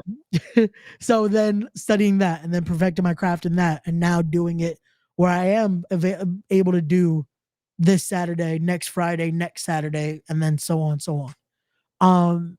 So again, there's different avenues, man. You could do that. There's commentary, there's wrestling, there's backstage interviews, there's social media presence, there's video editors, there's graphic designers, there's seamstresses, all that still counts as part of the business. Also, when it comes to training, do you want to be a wrestler? Do you want to be a referee? Do you want to be a manager? There's different things that all need training though. Because shout out to someone that told me recently they want to get into the business, but they want to be a referee. So I'm like, okay, cool. Are you ready to train? Like, what do you mean? You still need to train. Because as much as you're not expected to bump, let's say, every match, you still need to know how to protect yourself, God forbid. And you still need to know how to do everything like a regular worker does, because you have to have that same type of situation. And perfect, there we go. How do you train to be a referee? Just like you're trained to be a wrestler. The only difference is you are then not taking as many bumps, but you still have to know how to be protected in a ring. Because when you get in there, as Toe found out, you feel how the boards are, and you feel how the metal is. That ring is not a different flat. way to stand. There's a different way to stand in a ring. There's a different way of how when you land, when you're gonna pin or when you're gonna count the pin or something, it's technically taking a bump. Yeah. And that's why a lot of these referees end up with knee problems and situations like that, because this is no trampoline. As most people find out later on, that's like, oh man, I always thought there was a trampoline under there. Nope. I wish it was. But it does feel bouncy though. And the thing, like the ring I've been in had too much padding. And you can twist your ankle on that shit real quick because the padding gives and then the ring gives, and now you have you're going down off of your weight and then extra because of the padding, and it's like you almost have sea legs. Yep. And that's not good. That is not good at all, because 90% of the time someone's probably getting injured in that ring because of that. When there's too much or there's too much of that give in there, that it's like, yeah, someone's gonna twist. And if I think I know what ring you're talking about, someone did, and they ended their career because of it, because they're like, I'm not doing this no more, because it almost ruined their legit job. And they'd already wrestled for years, but they do something else outside of this that they're like, yeah, I'm not risking it for this. Yeah. Like, so, nah. Yeah. Boris, see, the thing for me, at least with wrestling media, is half of the time they're bullshitting. The other half, like most of the time they're bullshit. Most of the time they're trying to point their own agenda out. And it's always what someone else said. A lot of wrestling media is one person says it, everyone repeats it. Everyone is like, oh, Jacob Fatu is the greatest wrestler in the history of wrestling, and he's gonna be the next Samoan guy. And then everybody says that. And what pisses me off is like, bro, he's good, but can you not see this nigga? Because I've always said this, and Ray can attest to this, and everybody that's been on the show can attest to this. I only tell you what I see. Yep. If I don't see it, I can't talk about it. I see Jacob Fatu as an amazing talent, but I don't see him as the next president of the United States. And that's what people they over exaggerate shit, but they also say things to get headlines. And I've always been the type of person that I don't say shit unless I mean it, unless I'm fucking around with y'all. Then most of the time it's sarcasm. But like the whole shit with Bobby Lashley and the Hurt Business, they're gonna say, oh, you know, the bloodline, whatever the fuck. I'm telling you straight out right now, the reason why the bloodline, the Hurt Business didn't go anywhere is because they started getting more popular than the bloodline. They started getting more popular in the bloodline because it was something completely different for Raw, and Raw is the main show. And that's why they say, yo, we gotta ixnay this. Yep. And I'm sorry for y'all people who think that the Hurt Syndicate is gonna do something crazy, but they don't have the backing of the WWE, and that shit is just gonna be another fucking Bullet Club Gold. And I'm telling y'all this shit now because I don't have this fantasy of just because MVP and Bobby Lashley are together somewhere that this is gonna be the greatest thing since sliced bread. you do need the machine behind you. And what I see from AEW is they don't put the machine behind you. Yeah. I want to say it's gonna work out. I don't know, but to answer Boris's comment from my side of things, I am not against wrestling media. I'm against some media outlets acting almost as if they know more than people in the business. Yeah, And that has always irked me, just because why don't you start a company then? Why don't you start a company? Why don't you do this and show us how it's done? And by us, I mean, again, the business. That it's like, show it how it's done. Run a show, be profitable from show number one, because apparently you can't have an off day. And do this and have amazing numbers, sell out, become instantly rich. But you can't use any talent because, if I have this person, I can do this, or I can build stars. Cool. Have no name talent. Find your stars, create your stars, and boom, make it. So those are the medias that I don't. Again, there are a lot of great media outlets. Don't get me wrong. Not everyone is a piece of shit. But those are the ones that is just like, that irks me when it's like, what company have you run before, or what have you done before that's like you're talking like this and then talking against people that have been in the business? You know what I'm saying? Because I've seen that where it's the tweet like, who was it earlier? I saw someone respond. Fucking Mark Henry fucking responded to someone trolling about, I think it was Jade. And instead of calling them a dick rider, he was like, "You penis rider." I'm trying to be so proper with it. Like, "You penis rider." And it's just like, yo, that's fucking funny. The word. See, now, I believe I'm the only one that actually done what Ray just suggested. And I've been banned from doing any other shows because of the threat. Now, when I did this show, you didn't hear about them, but Andrade, Carmelo Hayes, Adam Cole, all these people were on my show. No one knew who they were. These are fresh off the training people. And we had the biggest sellout independent show in the history of independent show in 2008. That's the most I could say, but I had to sign a do not disclose agreement, but I'm just saying it has been done. I've done it. That's why I get to say whatever I want to say and nobody responds to me. Facts. You just gotta do it, man. You gotta do it. You gotta create your own stars. Word. And that's it. Then you get to say whatever the fuck you want. Till then, shut the fuck up. And again, that's how I view it. Again, it's not that we're against wrestling media. We are associated with a lot of people that do wrestle media, and they do it, again, doing it the right way, doing it properly. Yes, some people have some interesting opinions. That's the best way I'm going to phrase it. But again, everyone is entitled to their opinion. Is it correct? Probably not. Is it sometimes full of shit? More than likely. But it's okay. Everyone has an opinion. Everyone has an asshole. Doesn't mean it's fucking clean. What you think, Shell?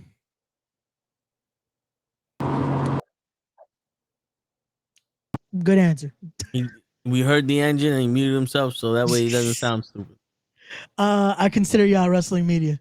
Appreciate that, Boris. Thank you, Boris. But that's the thing. Yes, we are wrestling media because we do cover wrestling. However, we are also media because this channel is not just wrestling. Mondays, yes, we have the Raw Watch Along. Thursdays, yes, we have wrestling with Knuckleheads. Tuesdays, we have comics. Wednesdays, we have sports. Fridays, Saturdays, and or Sundays are the free for all. So yes, we're talking wrestling right now because that's the comments you guys are giving us. But it's not always wrestling.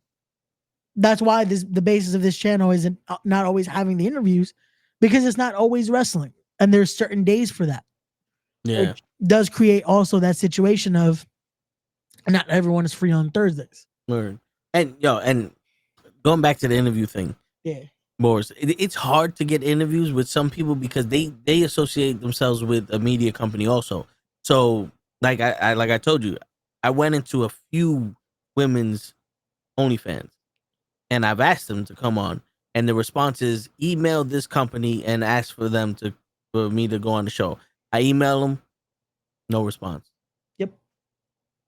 You know, so it's a lot of people, especially like famous people or people who are just becoming famous or people who have luster into them.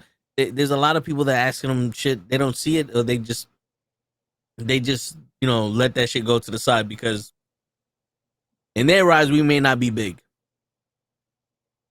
But for me, it's one, you're gonna have a good time here, and two, most of the people I see that I'm talking, they're like social media people. You get the chance to become comfortable in some shit like this.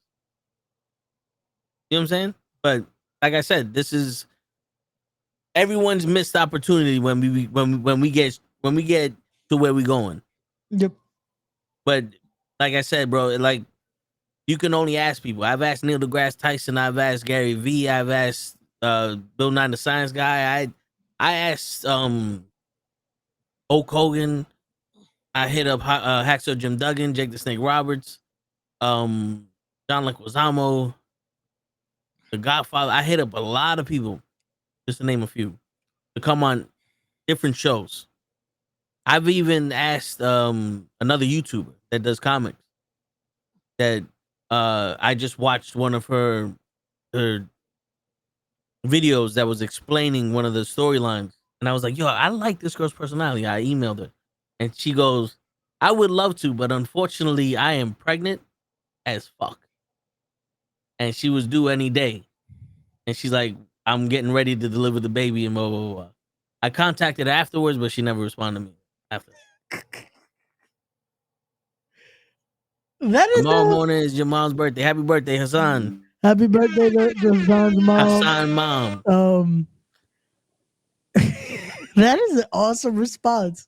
Yeah. I would love to, but I'm pregnant as fuck. Hey, she was pregnant as fuck. What can I say? I mean, This is why I asked why Ray doesn't get into Scoops games. I forgot that Scoop Games is a media company, right? If I'm not mistaken. I don't know what the fuck that is. I feel like it's this media company. Also, I don't know if they're hiring. Are they hiring that I would be able to get in?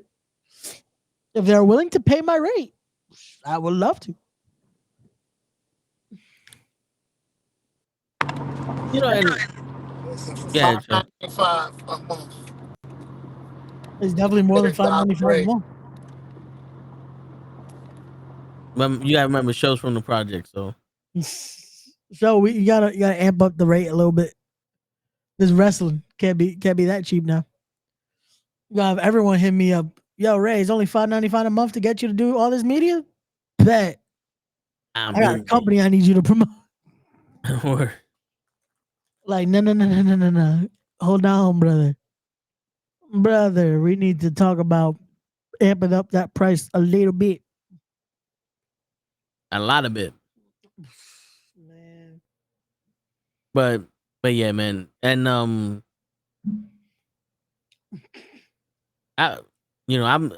trying to steer the conversation to every part of it so we can all get into it, but also as humans do, at the age that we're at, we're all around the same age. We're in for Ray, the late 20s, mid 30s, early 40s. And life is different if you're around those ages for us. And there's a lot of pressure for people our age at this time, that you don't see. And especially in New York. We're all in New York. Yep. You know what I'm saying? So that's what makes these shows a little bit more difficult, because instead of it being a traditional podcast or a traditional question and answer interview, this is cathartic for us. This is therapeutic. This is what gets our mind off of our stresses. This is where we can go, fuck them bills. Fuck work. We're here chilling. Yep. And that was always the basis of what we started as. But sometimes that's what makes us unlike any other podcast. Yeah. You know what I'm saying? So that's why when I started out this conversation with, you know, the fucking emotionally, I'm fucked up. Yeah. But mentally and physically, I'm not, because I have the, I'm doing this shit. It's because this helps. But when you don't handle the emotional shit, it's gonna be there. It's like sleep. No, yeah, it lingers. It lingers like a motherfucker, and then it starts to affect the mental and the physical. Yeah, because it's like sleep, because your body's gonna force you to sleep whether you want to or not. Yep. When you're going through some shit that affects you emotionally, and you don't handle it, or you assume shit's just gonna be alright because that's how it, you're doing all this other shit, it's just gonna be there. So like, there's a lot of times where I'm like, I'm off, but to everyone else, I'm normal because I'm on autopilot. Yep. You know what I'm saying? Like, there's I'm seriously in the thing of, if I wasn't on autopilot, I believe I'll be in a different position in my life than where I'm at now. This podcast will be in a different position than where it's at now. But then again, it's like, well, there's really nothing I can do about what I'm feeling, because I can't change what happened. Yeah. You know what I'm saying? Like, as much as you want, like, as much as you have these coping mechanisms, Yeah. sometimes you just gotta go through it. You know what I'm saying? Bro, it's unfortunately more than you know it. And it sucks because it's one of those where it's like, it hits at times when it's just like, why right now? When everything is going on, it's just like, boom, boom, boom, just on top of. It's always the domino effect. Yeah. And that's the issue. When you don't deal with it, with those lingering feelings and emotions and all that, it comes when you're most vulnerable. When you're at that point, that breaking point, where you're just chipping away. It comes like a fucking, just an ice pick. Like, nope, now we're gonna fucking just nail whatever's left. Yeah. And it's at those moments, man. Like, and again, it's a lot of, you have those moments, even when everything could be fine, but you'll have those little moments that just shows, because it's like, it's still there. It's still fucking like, it could happen. It feels like yesterday, you know? Shit, today I did the post and I was dreading doing it all day. And I was just like, you know what? I want to do it just so I felt like I needed to put it out there, to acknowledge shit. He would have been 50 fucking 6, man.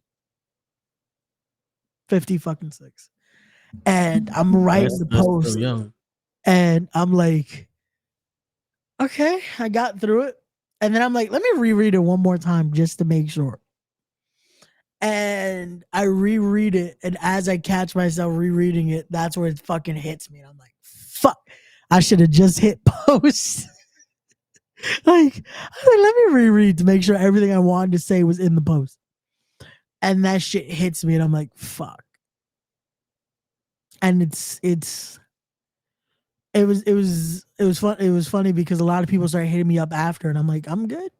Like, I wanted to put it more just like showing, in a sense, because I feel like some people think, oh, after a few years, you forget, you start to forget about their birthdays or important dates like that. And it's like, no, those are the worst days, because it's like, you start to think, what would they have wanted to do today?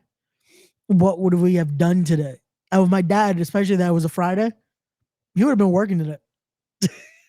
Yeah. He would have gotten to work, be like, nah, like, fuck it. And then tomorrow he would have wanted to, either we would have gone out or he would have wanted to cook. It would have been those two options. Either we're going out somewhere or he was cooking. Because he would want to make fucking, like he did almost every weekend. He would fucking have the huge pot of rice, even though I don't know why, because it's the same amount of people here. But he'll make the huge pot of fucking arroz con gandules. Yeah. And just having the house smell fucking amazing. But I stuff mean, like that, man. That yeah. dates like today, I wanted to put it out, and I'm like, you sometimes have to just put it out, let people know that you're still thinking about it. It's still there. And for some, they won't know how much that grieving is still there, though. Like for me, I still say I skipped the grieving process. I went from stage 1 all the way to fucking that last, just like nothing, because I had to by the next morning. Yeah. And my dad died. Technically, I find out he's passed by midnight. I think was when they officially say it. So I had a few hours maybe of sleep, if you call what I had sleep. And then the next morning, it's now going to funeral homes and finding out how much this one wants to overcharge and this one wants to try to do this. And it's like, nope, Yeah. this. And then having to contact X, Y, and Z. And then all this.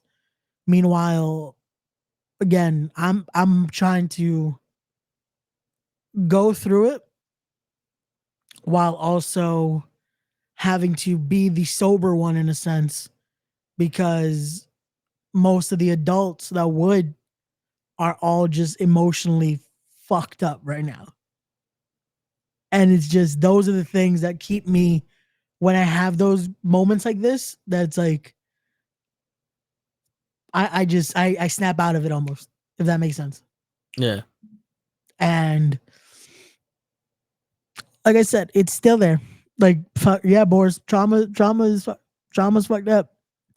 But that trauma is always going to be there at times, just because we're human. We're gonna battle it. We're gonna push it back in. Like, no. Where are you going? But at times, Yeah, it's a defense mechanism. it's still like, you don't want to go through it. Cool.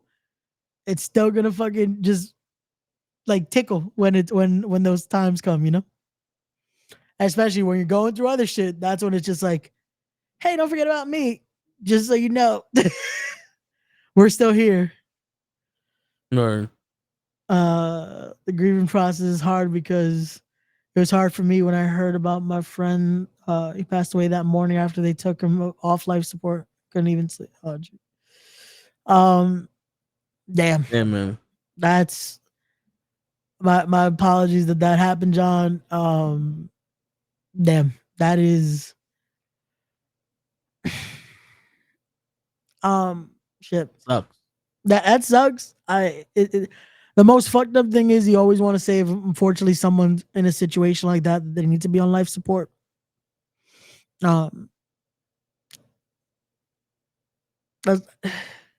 It's fucked up because you want to say at least they're not suffering, but at the same token, you're ending someone's life. You know? Yeah. As much as it's because, yeah, because here's the thing though. Yeah.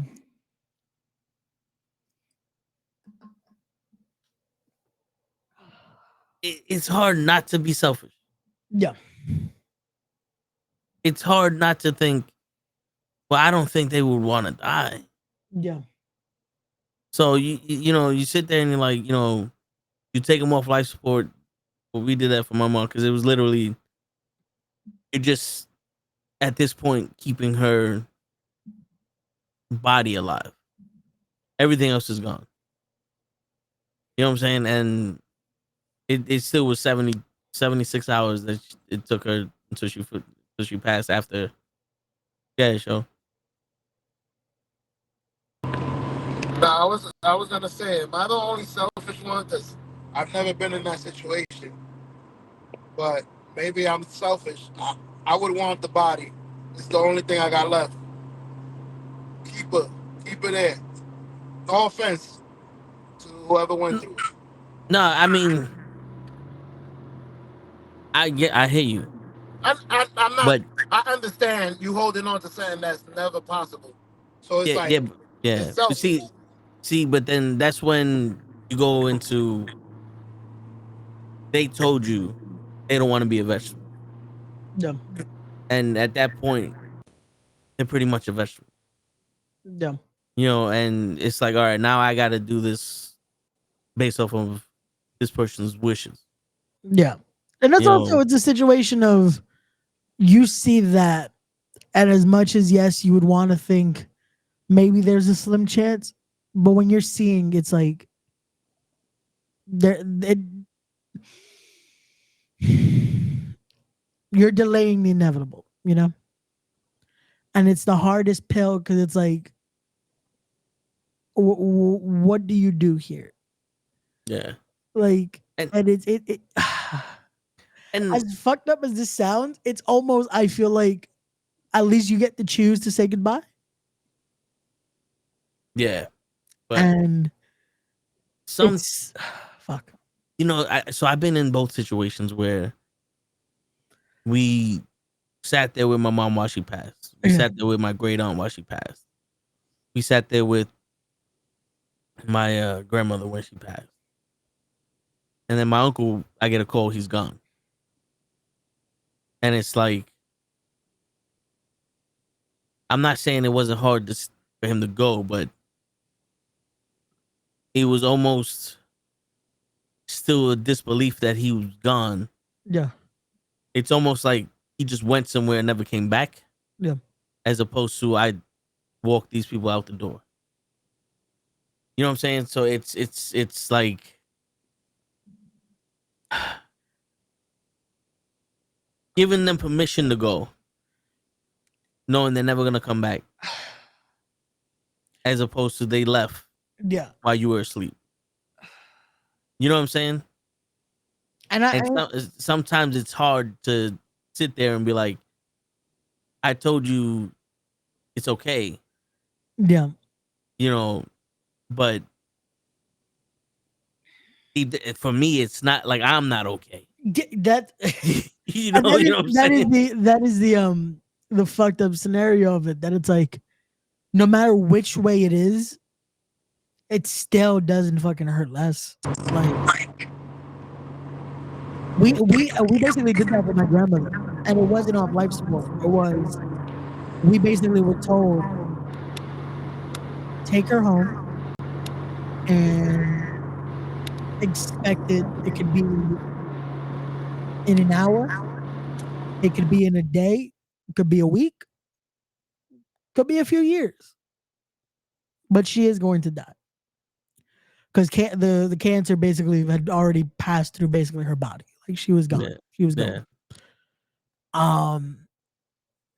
The most fucked up scenario of it is it was the same day that I attempted to do bariatric surgery. This is why I can yeah, remember the day exactly I fucking tried to do the surgery and these motherfuckers didn't do it. But that's a story for a different day.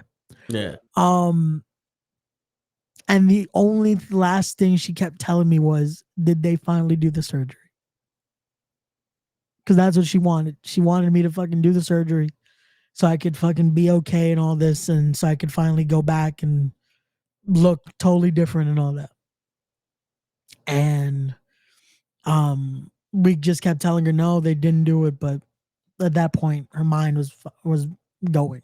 yeah, By that night we get the call and just telling us to say our goodbyes because she's gonna go, and us having to tell her it's okay, just go to sleep. yeah, And I thought this is kind of what you want, like almost the movies where you get to say the goodbye, that it's like, oh, this makes it easier. Not one fucking bit. nope, nope. And you know, now here's the thing. This is a difficult conversation to have, Very. right? But having this conversation breaks this fucking narrative that people, I'm not talking about genders, Yeah. people can't talk because there's a lot of notion like, oh, we can't tell our problems to people because they're not gonna care, or so you hold it in, or people use it against you and all this other shit. Is like, no. When you around people that you trust and you're vulnerable, those are the people that accept the shit. It's easier to talk about it when you have people like this. When you're talking to people that don't give a shit about you, that's just a sign of you're with the wrong people. Yep. It should never be hard to tell someone, I'm fucked up. Yeah. And this is why I'm fucked up. But I'm all right. You know what I'm saying? Because that's what it boils down to. It's like, I'm fucked up, but I'm all right because I don't have a choice but to be anything all right, because I still got to do what I got to do. Exactly. Because now, yeah. No, because now we're getting into this world where people are dictating who you open up to, who you don't open up to, who's this, who's that. And I was remembering a friend of mine that we were kids in elementary school. He wasn't the richest person. He had dirty clothes and all that other shit. But this kid can look at a car, tell you the year, make, model, and the engine just by a glance. Just by shit. Yeah. And every car, we would walk home and he would say it. This is a 1995 Jeep. This is this. This is that. This is this. The engine is this. This then. And years after I stopped talking to him for whatever reason, he jumps off the roof. He kills himself. Holy shit. And it's like, back in the day, you try to talk to people. No one wanted to hear it. No one knew how to deal with their own problem. And the problem isn't when someone's telling you their problem, they want you to fix it. It's they're asking for someone to listen. And it's fucked up because this is more needed than gender and sex identification and all this other shit, because I don't care what you think you are. Yep. Be who you are. You know what I'm saying? Like, there are people that are over the top and initially like, oh, this fucking guy, he's too much. But when you realize, no, that's who he is, you accept him for it. It doesn't matter what he's doing with his life. If you can accept someone for being who they are, then you can accept the fact that I'm fucked up, he's fucked up, we're all doing our best here, and that's all we can do. But sometimes, yo, bro, I'm fucked up. I feel you. Yeah. You're not crazy. And that's no, you just nailed it right there. Because that part is easier said than done. Admitting that you're able to say it and for someone to fucking reassure you, you're not crazy, man. Yeah. Other people are going through it too. Like, other people have that. But when you're going through it, you start to feel like you're alone in this and you're a burden if you tell others. Like, you don't want to bother other people with this. You don't want to tell other people. And it becomes that situation because dealing with your shit alone at times, and you let your thoughts just consume and you go through this and you let just that become what molds your head. It's like, and it fucks up a lot of things, bro. Yeah, and the crazy shit, that's what I was raised. Family was supposed to be there for you. Yep. Because the whole thing, I don't want to be a burden. You're never supposed to be a burden on your family. Nope. No matter what.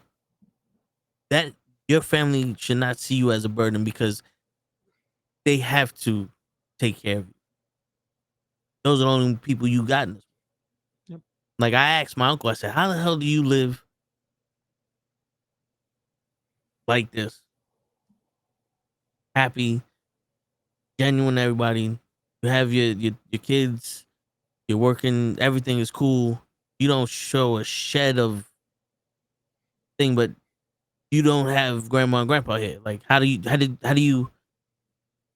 And he dead ass looked at me. And goes, "Oh no, I suffer every day from them, but because I'm around family all the time, it makes it easier." You know what I'm saying? So it's like that's why part of me was like, all right, we got this group here. And, you know, it's like because that's what makes us all a fan. Because we all went through some trauma, and everybody's trauma is big to them. And like I tell Gigi, we're a bunch of people that don't like people that like each other, and that's why we fit in with each other. You know what I'm saying? But it's just you're mature enough to know I'm not the only one out here with issues, and brave enough to say if you got a problem, you can talk to. Yep.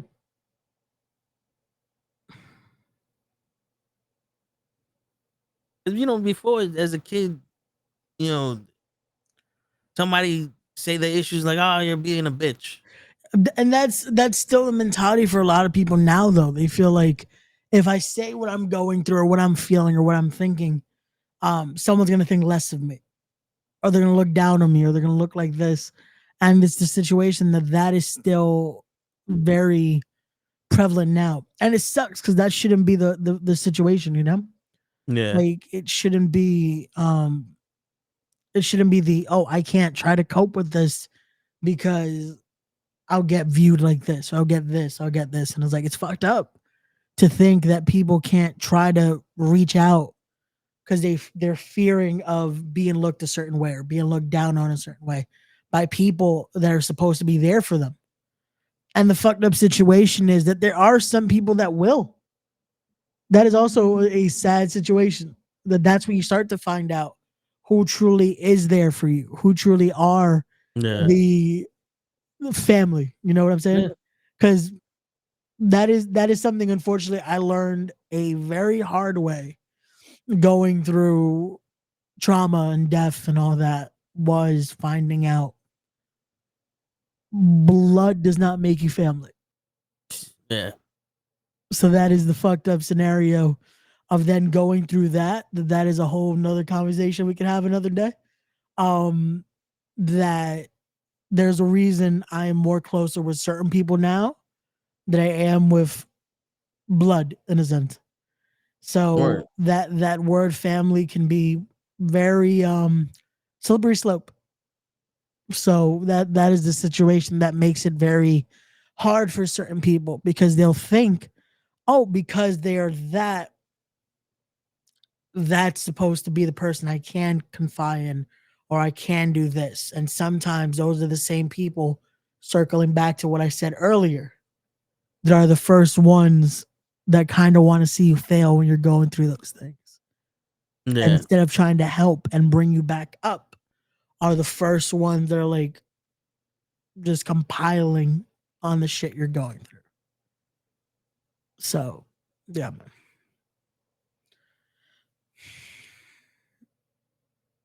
yeah, so No, I was gonna hold on. Turn this machine off. Sorry about my house. I All was good, gonna bro. ask y'all. Have you ever looked at it? Because I know y'all been through lost. Have you ever looked at it from the point of view of the person that you guys lost, like your mother, your father?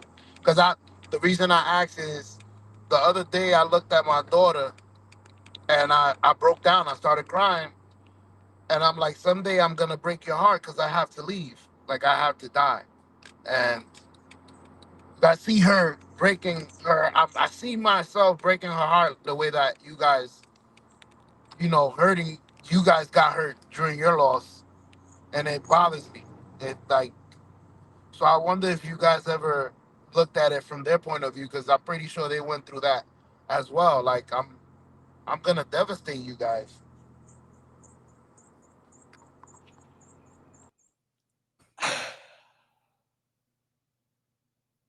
it's harder to look on their side. Yeah. And you know you're the person I love the most too. Well, you know your mother, Yeah. and your father.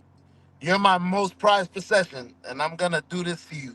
I know exactly what I'm gonna do to you because I've seen it. I lived through it. I've had lost myself. It bothers me to this day, and my daughter's only 4.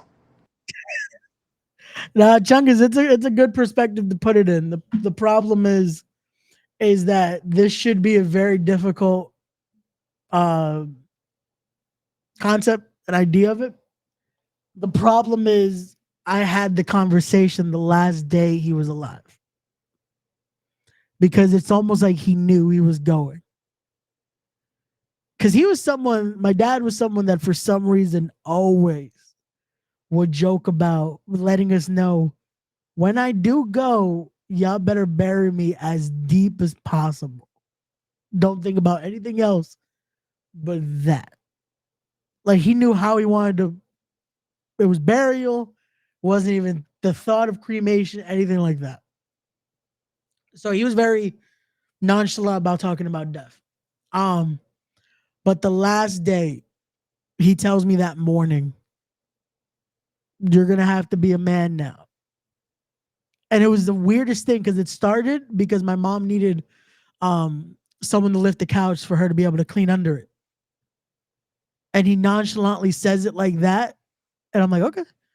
And I picked up the couch and I'm just like, well, why did he say it like that? And then it continued with other little just hints of this, hints of, I don't think I'm gonna be here for Christmas. And not in a way of like, oh, he won't be here. Like, no, he won't be here. And it was a lot of that. Yeah. Like almost prepping me for what's about to come in a few hours. And even that night, he tells us, oh, let's go to bed because I'm feeling kind of tired. Almost like, again, letting us know. Because if he would have gone, we would have probably found him the next morning thinking he's just sleeping. Because he died like that.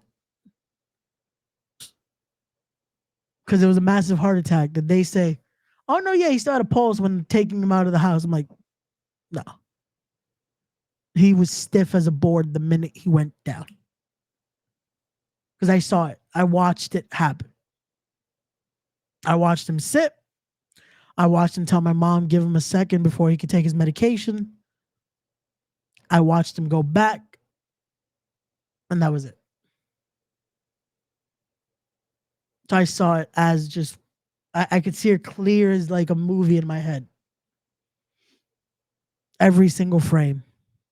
That I'm like, nah, there was no way. There was no life to it. There was nothing. It was like an instant just. Man.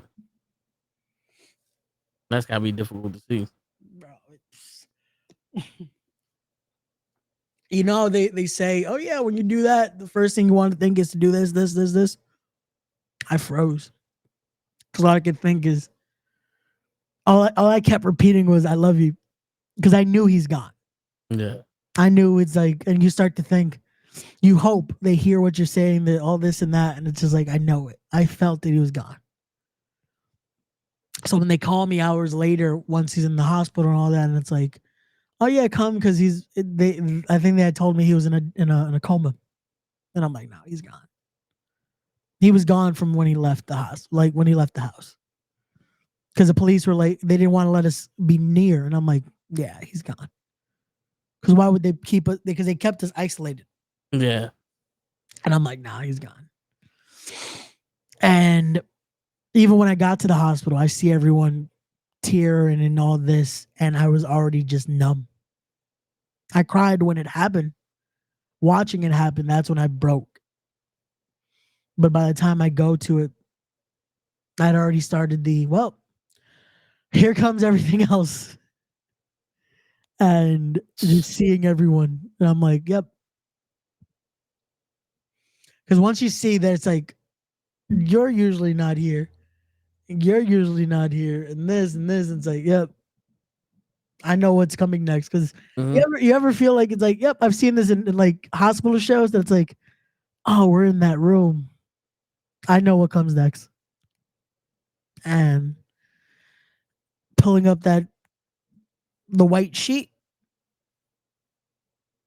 and it's I still don't know how I could not shed a tear at all, bro. Seeing the that was the first time after seeing it happen. Because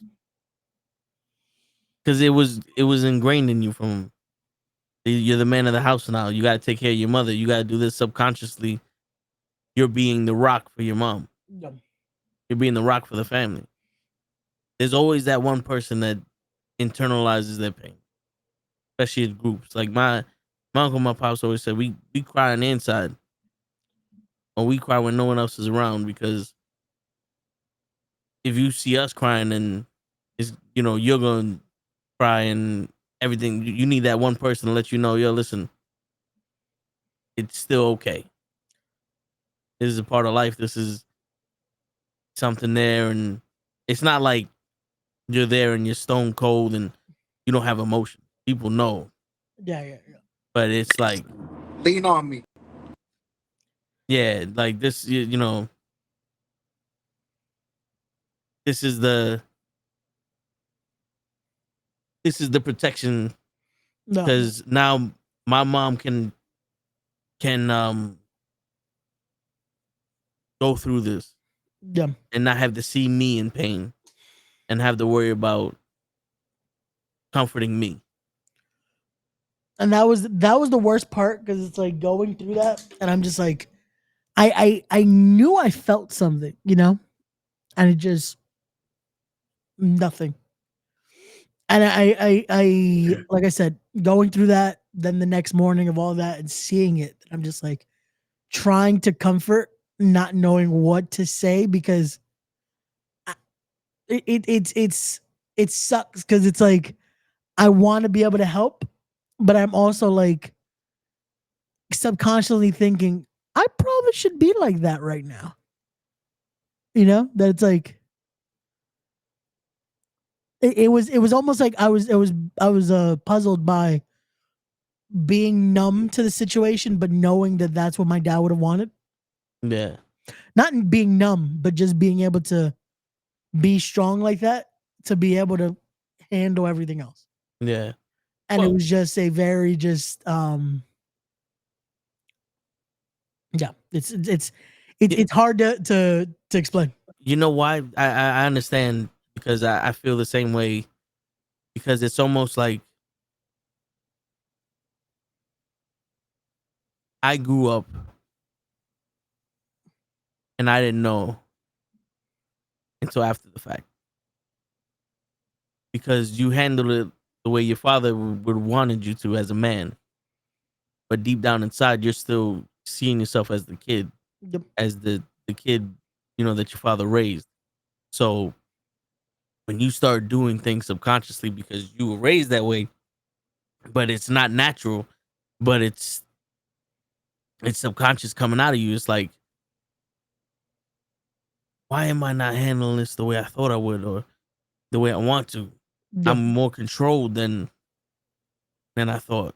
Yep. It's because you matured in the moment, and it's hard to realize, fuck, I grew up, and then he wasn't here to see it. Yep. That's deep. Because like that's what haunts me a lot. When my mom passed, I leaned on my uncle a lot, and he was one that was pushing me as much as my mom was. And then when he passed, it's like, fuck, I'm doing everything I'm supposed to do, but I'm doing this with no crutch. Yep. And it's like, damn, I can do this, but subconsciously, I'm like, I shouldn't be doing this because I don't have them there now. It's like, am I right for doing this? Am I right for standing up and being the person that I'm supposed to be on my own, and they're not seeing this? Was I wrong for leaning on them before? am I like cheating myself now for wanting them to be here? You know what I'm saying? Like there's a lot of questions that I ask. Like, I was gonna say, you yeah, know, it creates that is the thing they don't tell you about all this is that there's gonna be a lot of questions that come from questions. yeah, That's what it is. A lot of it just comes. Your subconscious brings up a lot. That's just like it starts to create this or the what ifs or this, and it's a lot of things that you'll never know the right answer to yeah, because you weren't meant to. And I want to hope that it's almost like they knew though what the way they taught us certain things and the way they made us a certain way in a sense that they knew that we will be okay. And as fucked up as it sounds, it's almost like that's why they went when they did. You know what I'm saying? yeah, It's almost like it's I guess it's the most peaceful way to make it sound. That it's yeah. almost like that's why they went when they did. That it's almost like I hear you. Yeah. Because what they were supposed to do is done. they can't teach us no more, Yeah. like the song says. But also, it's like, bro, I said this shit to one of my coworkers. She's you seen her, Yeah. Yeah. the young one. Yeah. Yeah. I said this. I was like, yo, if I would have known that I would be the adult in the room and I would be the one giving advice and how I wouldn't have believed you Yep. because I was never put in that situation. But now I'm in the situation. It's like I'm taking that shit to like water and shit. It's like it's shit. I was always the fun, immature one. I was the baby, Yep. and now I'm the man. And where they at? You know what I'm saying? You know what I'm saying? Like, Yeah. No, that's and because that. also I do have thoughts. Like, let's say we be successful. It's like, am I successful because they're not here? Like, if they were here, would I still be successful? Like, I think about that. I think about you that know, every.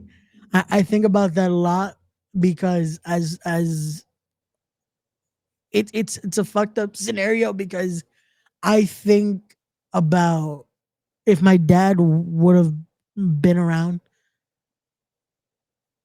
I probably wouldn't have been in wrestling. I don't think I would have been in wrestling. I think I would have ended up continuing for my law degree.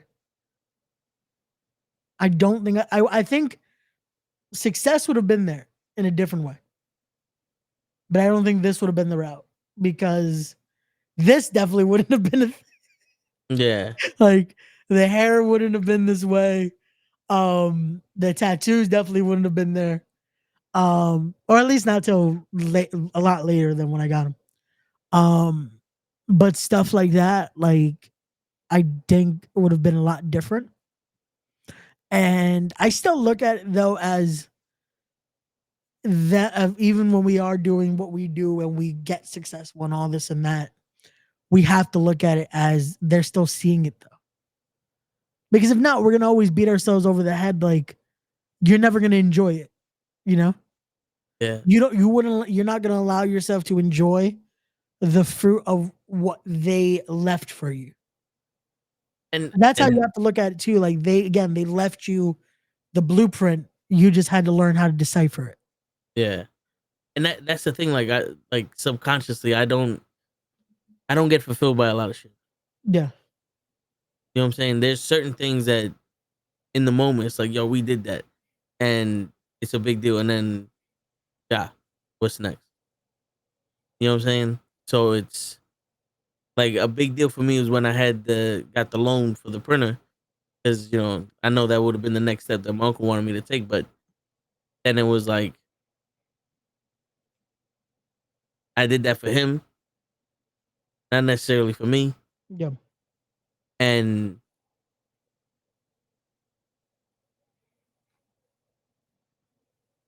I I want to say he'd be happy like I know he would be, but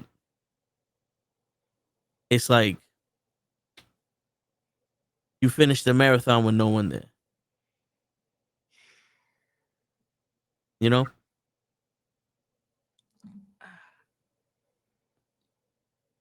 And like this is just like for me at least. It's like Yeah. there's a lot of things that I wanted and I got, and once I got it, it's like this ain't that big of a deal. You know what I'm Like saying? winning, No, like bro, winning the Super Bowl with nobody watching. That's crazy. Yeah. Yeah. you know what it is? Because it's, and I get it, because it's I still want them to be able to see it. I Yeah. still wanted to see what they would have thought. Bro, I still say that, because when I see certain people complain about them doing this or this being too this, or like, bro, like this could be a whole nother podcast, but about this Yeah. generation. And this is how I know I'm getting old, because I keep fucking, when I see these little kids, I'm just like, these motherfuckers don't know what the fuck this is. But it's all good. But I see them complain about shit and about this being too hard or this and that. And I always say, because I have to remind people, my dad died in the summer before I go into senior year. So if everyone could complain and be like, "Oh yeah, I don't have to do this and this during school because of X, Y, and Z." I'm like, I had a choice to then just say fuck this last year after everything my parents made sure I did, to No, be you like, didn't have "You a fuck choice. that year." You didn't have that Like, choice. no, but that's how they sound. It's like that I had Yeah. a choice. Yeah. Instead of fucking doing what I did and fucking making sure that I graduated, bro, because that year, every report card, I would come back with like, because we still had to the 100 instead of A, B, C, all that shit. Yeah. So it's like making sure every grade was over a 90 and making sure my last GPA was a 97 point something. Like, highest, I think it was me and one other girl were like the highest two. But that's why we were co-valedictorians. Mm. That I was like, and I did all that, going through all that. I'm having to give that speech and say, because I just had to look up, because I would have loved to see in the crowd, but I have to look up to hope that he hears what I'm saying. Yeah. And it's situations like that it's like there's those moments like you're doing stuff and it's just like I would have loved to see what he thinks or what they think, you know? Like, Yeah. shit, doing stuff like I'm doing tomorrow. Every time I call a match, every time I get to be a part of a show, I think, I wonder what he thinks. Even though I probably think he was gonna fucking call me crazy, because as much as he loved wrestling, I don't know if he really wanted me to be a part of it eventually. Yeah. Shit, But I remember I told my mother, I was like, yo, I want to be a wrestler. And what she said back before I could even finish my sentence was, you ain't gonna be no fucking wrestler. yep, Because she grew up with Andre the Giant, Bruno Sammartino, Pedro Morales. yeah, They were at the bar with these people. You know what I'm saying? Like, yeah, they see these people snorting cocaine, getting yeah, drunk, yeah. fucking each other up, losing their life. Yep. You know, she's like, I seen this shit. You're not gonna be no fucking. Yeah. You know, and then, it's like, I get it, but also knowing that if I were to do it, she would be proud of me. You know, and like the last thing I told my mom when she was still able to respond was, I'm gonna cook you some chicken cutlets and white rice. And she was in the hospital. She wasn't eating. And I said, I'm gonna cook that for you, and then I'm gonna get you a slushie, because for some reason all she wanted was ices. And then I get the call.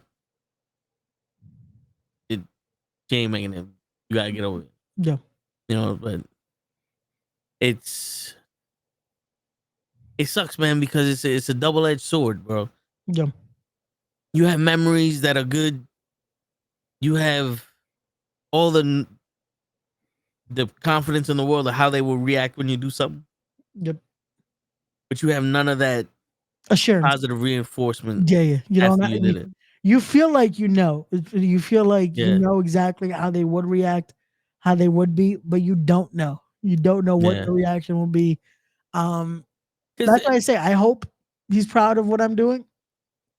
I hope he's seeing this and again laughing just because seeing the stupid shit I'm doing. yeah, And then knowing that he's probably pissed at certain decisions I've made. yeah. Definitely You know, this hair. But just you little know, shit like that, you know? yeah. You know what's crazy? My uncle never got to see me do this. Yeah. He saw me stream video games, Okay. but he never understood why people would watch people play video games. Yeah. But he's seen me do that, and he's like, "Yo, the setup you got is dope. Everything you got looks dope. Just don't understand why people watch somebody play video games." But hearing from everyone like, "Yo, shit you're doing is dope. Keep that shit up." Like from my cousins, from my aunt, people are proud of me for doing this shit. It's like, imagine if they were to see this, Yep. you know? And that is the thing that's always gonna be with us because when we make it, and it could be thousands of people telling us how great it is and how awesome we are and this and that, we would trade all that just to hear what they think. Yeah. And it could be to hear that, yo, you fucking suck. Why the fuck are y'all talking about this? Yeah. Like, who told y'all your opinion matters? But just again, out Yeah. of fuck, like just to fuck around, you know. But it's just to hear that. Yeah. And Just to hear that. and yo, I would listen, trade that for the world. word, seriously, because not for nothing, the shit that we talk about, even when we're joking, the shit that Yeah. we talk about is very hard to admit. Yep. But we speak on it with such fluidity because we know what we're talking about. Yep. Whether it be wrestling and our different opinions on the situations that's happening, the wrestlers and the situations they're in, how things could be better, how these, what we see, all this other shit, or movies, how they could be better. It's all coming from a place of, we want y'all motherfuckers to be good. And we're not afraid to tell you that shit. When it comes to life, everybody has this red pill, blue pill, green eggs and ham shit. And we're talking to you about, being a fucking adult, being a kid, the ups and downs, making this a safe place that millions of people can potentially see these videos and hear what we say, and it's still a safe place for people to say it. Most people are looking for a safe place for one person to hear it. If we can make a safe place for everybody to hear it, that's an accomplishment in itself. Like Chungus goes, I don't let anybody see me cry. I don't ever admit to crying. If I cried, it would be in private and no one would know. I have an image and a family name to uphold and my son to be a role model for. I understand that. No one's ever seen me cry, but people have seen tears come down my face. Because that those things you can't hold back sometimes. Yeah. Well, But y'all just all saw me tear up on this. yeah. But the thing is, and this is gonna sound very weird, yeah. but if you show your emotion as a man and not as a child, people can't take anything away from you. Yeah. It's like I said earlier, trust me, I do not at this point. I am more numb to people's opinions of me than I am of that. That if I could, I would have let those tears be more than what y'all saw. Yeah. But it just doesn't. No, yeah. It doesn't come out. So it's a situation of those tears can come out. My voice will be a little raspy, but that's it. There's nothing more that comes out of that, unfortunately. And also the fact that we're able to have a conversation and understand each other and talk makes it easier to not get to that point. Yep. And this is We're why not- we do this. Like for y'all, this is Yeah. why we say at times some of the shit we say on here, sometimes we be joking and just stupid shit. But it's always important to have conversations like this, and we need to have conversations like this just because we know a lot of other people could possibly also be going through a lot of this. Because it's common. It's very common, and it's something that's sad that it's still very taboo. And it shouldn't be. It should be a conversation people can have and fucking try to vent out and try to have those moments of vulnerability just so they can feel okay for a little bit, you know? Yeah. Because this is lethargic to do. This is something where it needs to happen. And I try to encourage that, especially to my younger cousins and stuff like that. Because I know they hold a lot in. And at times it's very hard to explain when they haven't seen that side from you. And it's like, but you do this. Yeah, but I know what it gets to. And you don't want that. And I had to explain that part. Because we had a conversation like that recently, last time I was with family. And I had to explain that. And a lot of people did not know what this took me to. And it's like, yeah, this is why if I can help others not get there, I would do it in a heartbeat. Because I know what just suppressing certain thoughts and stuff, yeah, it can take you to a dark place. And it's very it's not fun. But that is a conversation definitely for another day. Because I don't know about y'all, but I definitely have to start calling this a night a little bit. Yeah. I do too. Not even on my tough guy shit, but like I cried around folks at parties, drunk as hell, and folks I thought would have my back, but and boost my spirits, but only took me at my weakest and clown me. Well, one, those aren't your friends, and two, that's not the place when you're drunk to start pressing the people, because they're not gonna take you serious. They're not gonna see that cry out for help that you just did. Yep. No, bro. Whether you deserve it or not, I'm just saying, like, in a situation like that, people are only gonna think you're doing it for show, you know, and that's why people start clowning you and all this other shit. They don't see that cry out for help. But also, like we said earlier, sometimes you got to find the right people to, even in situations like that, that will know and understand. Because even in situations like that, it's still not cool. But that also could be you probably vented to the wrong people, man. Yeah. As fucked up as it sounds. Because the people that you think, oh yeah, these are, sometimes you can't vent to everyone, man. Even people you think that, oh, this makes sense. Nope. Like I said, blood doesn't make everything, man. But again, thank you everyone that did tune in. We love y'all again. This is why we have these conversations. We definitely will have more like these on here. Hopefully next time we get Gigi on here too to see, because I definitely could imagine she has some opinions on these topics as well. Yep. Well, she's gone through and all that, but we definitely would do this again. But guys, we'll be back on Monday with the Raw Watch Along, Tuesday with comics, Wednesday with sports, Thursday with wrestling with Knuckleheads, and then more than likely we'll see what happens with the with the Telling the Show with Ray and Gigi, because yeah, next week's gonna be busy, so I might be a day I won't be on, if anything. Man, it's all good though. Yeah. Appreciate you, Chungus, and everybody else came on. On that note, ladies and gentlemen, it is your friendly neighborhood Knuckleheads signing out. Peace, everybody. Doses.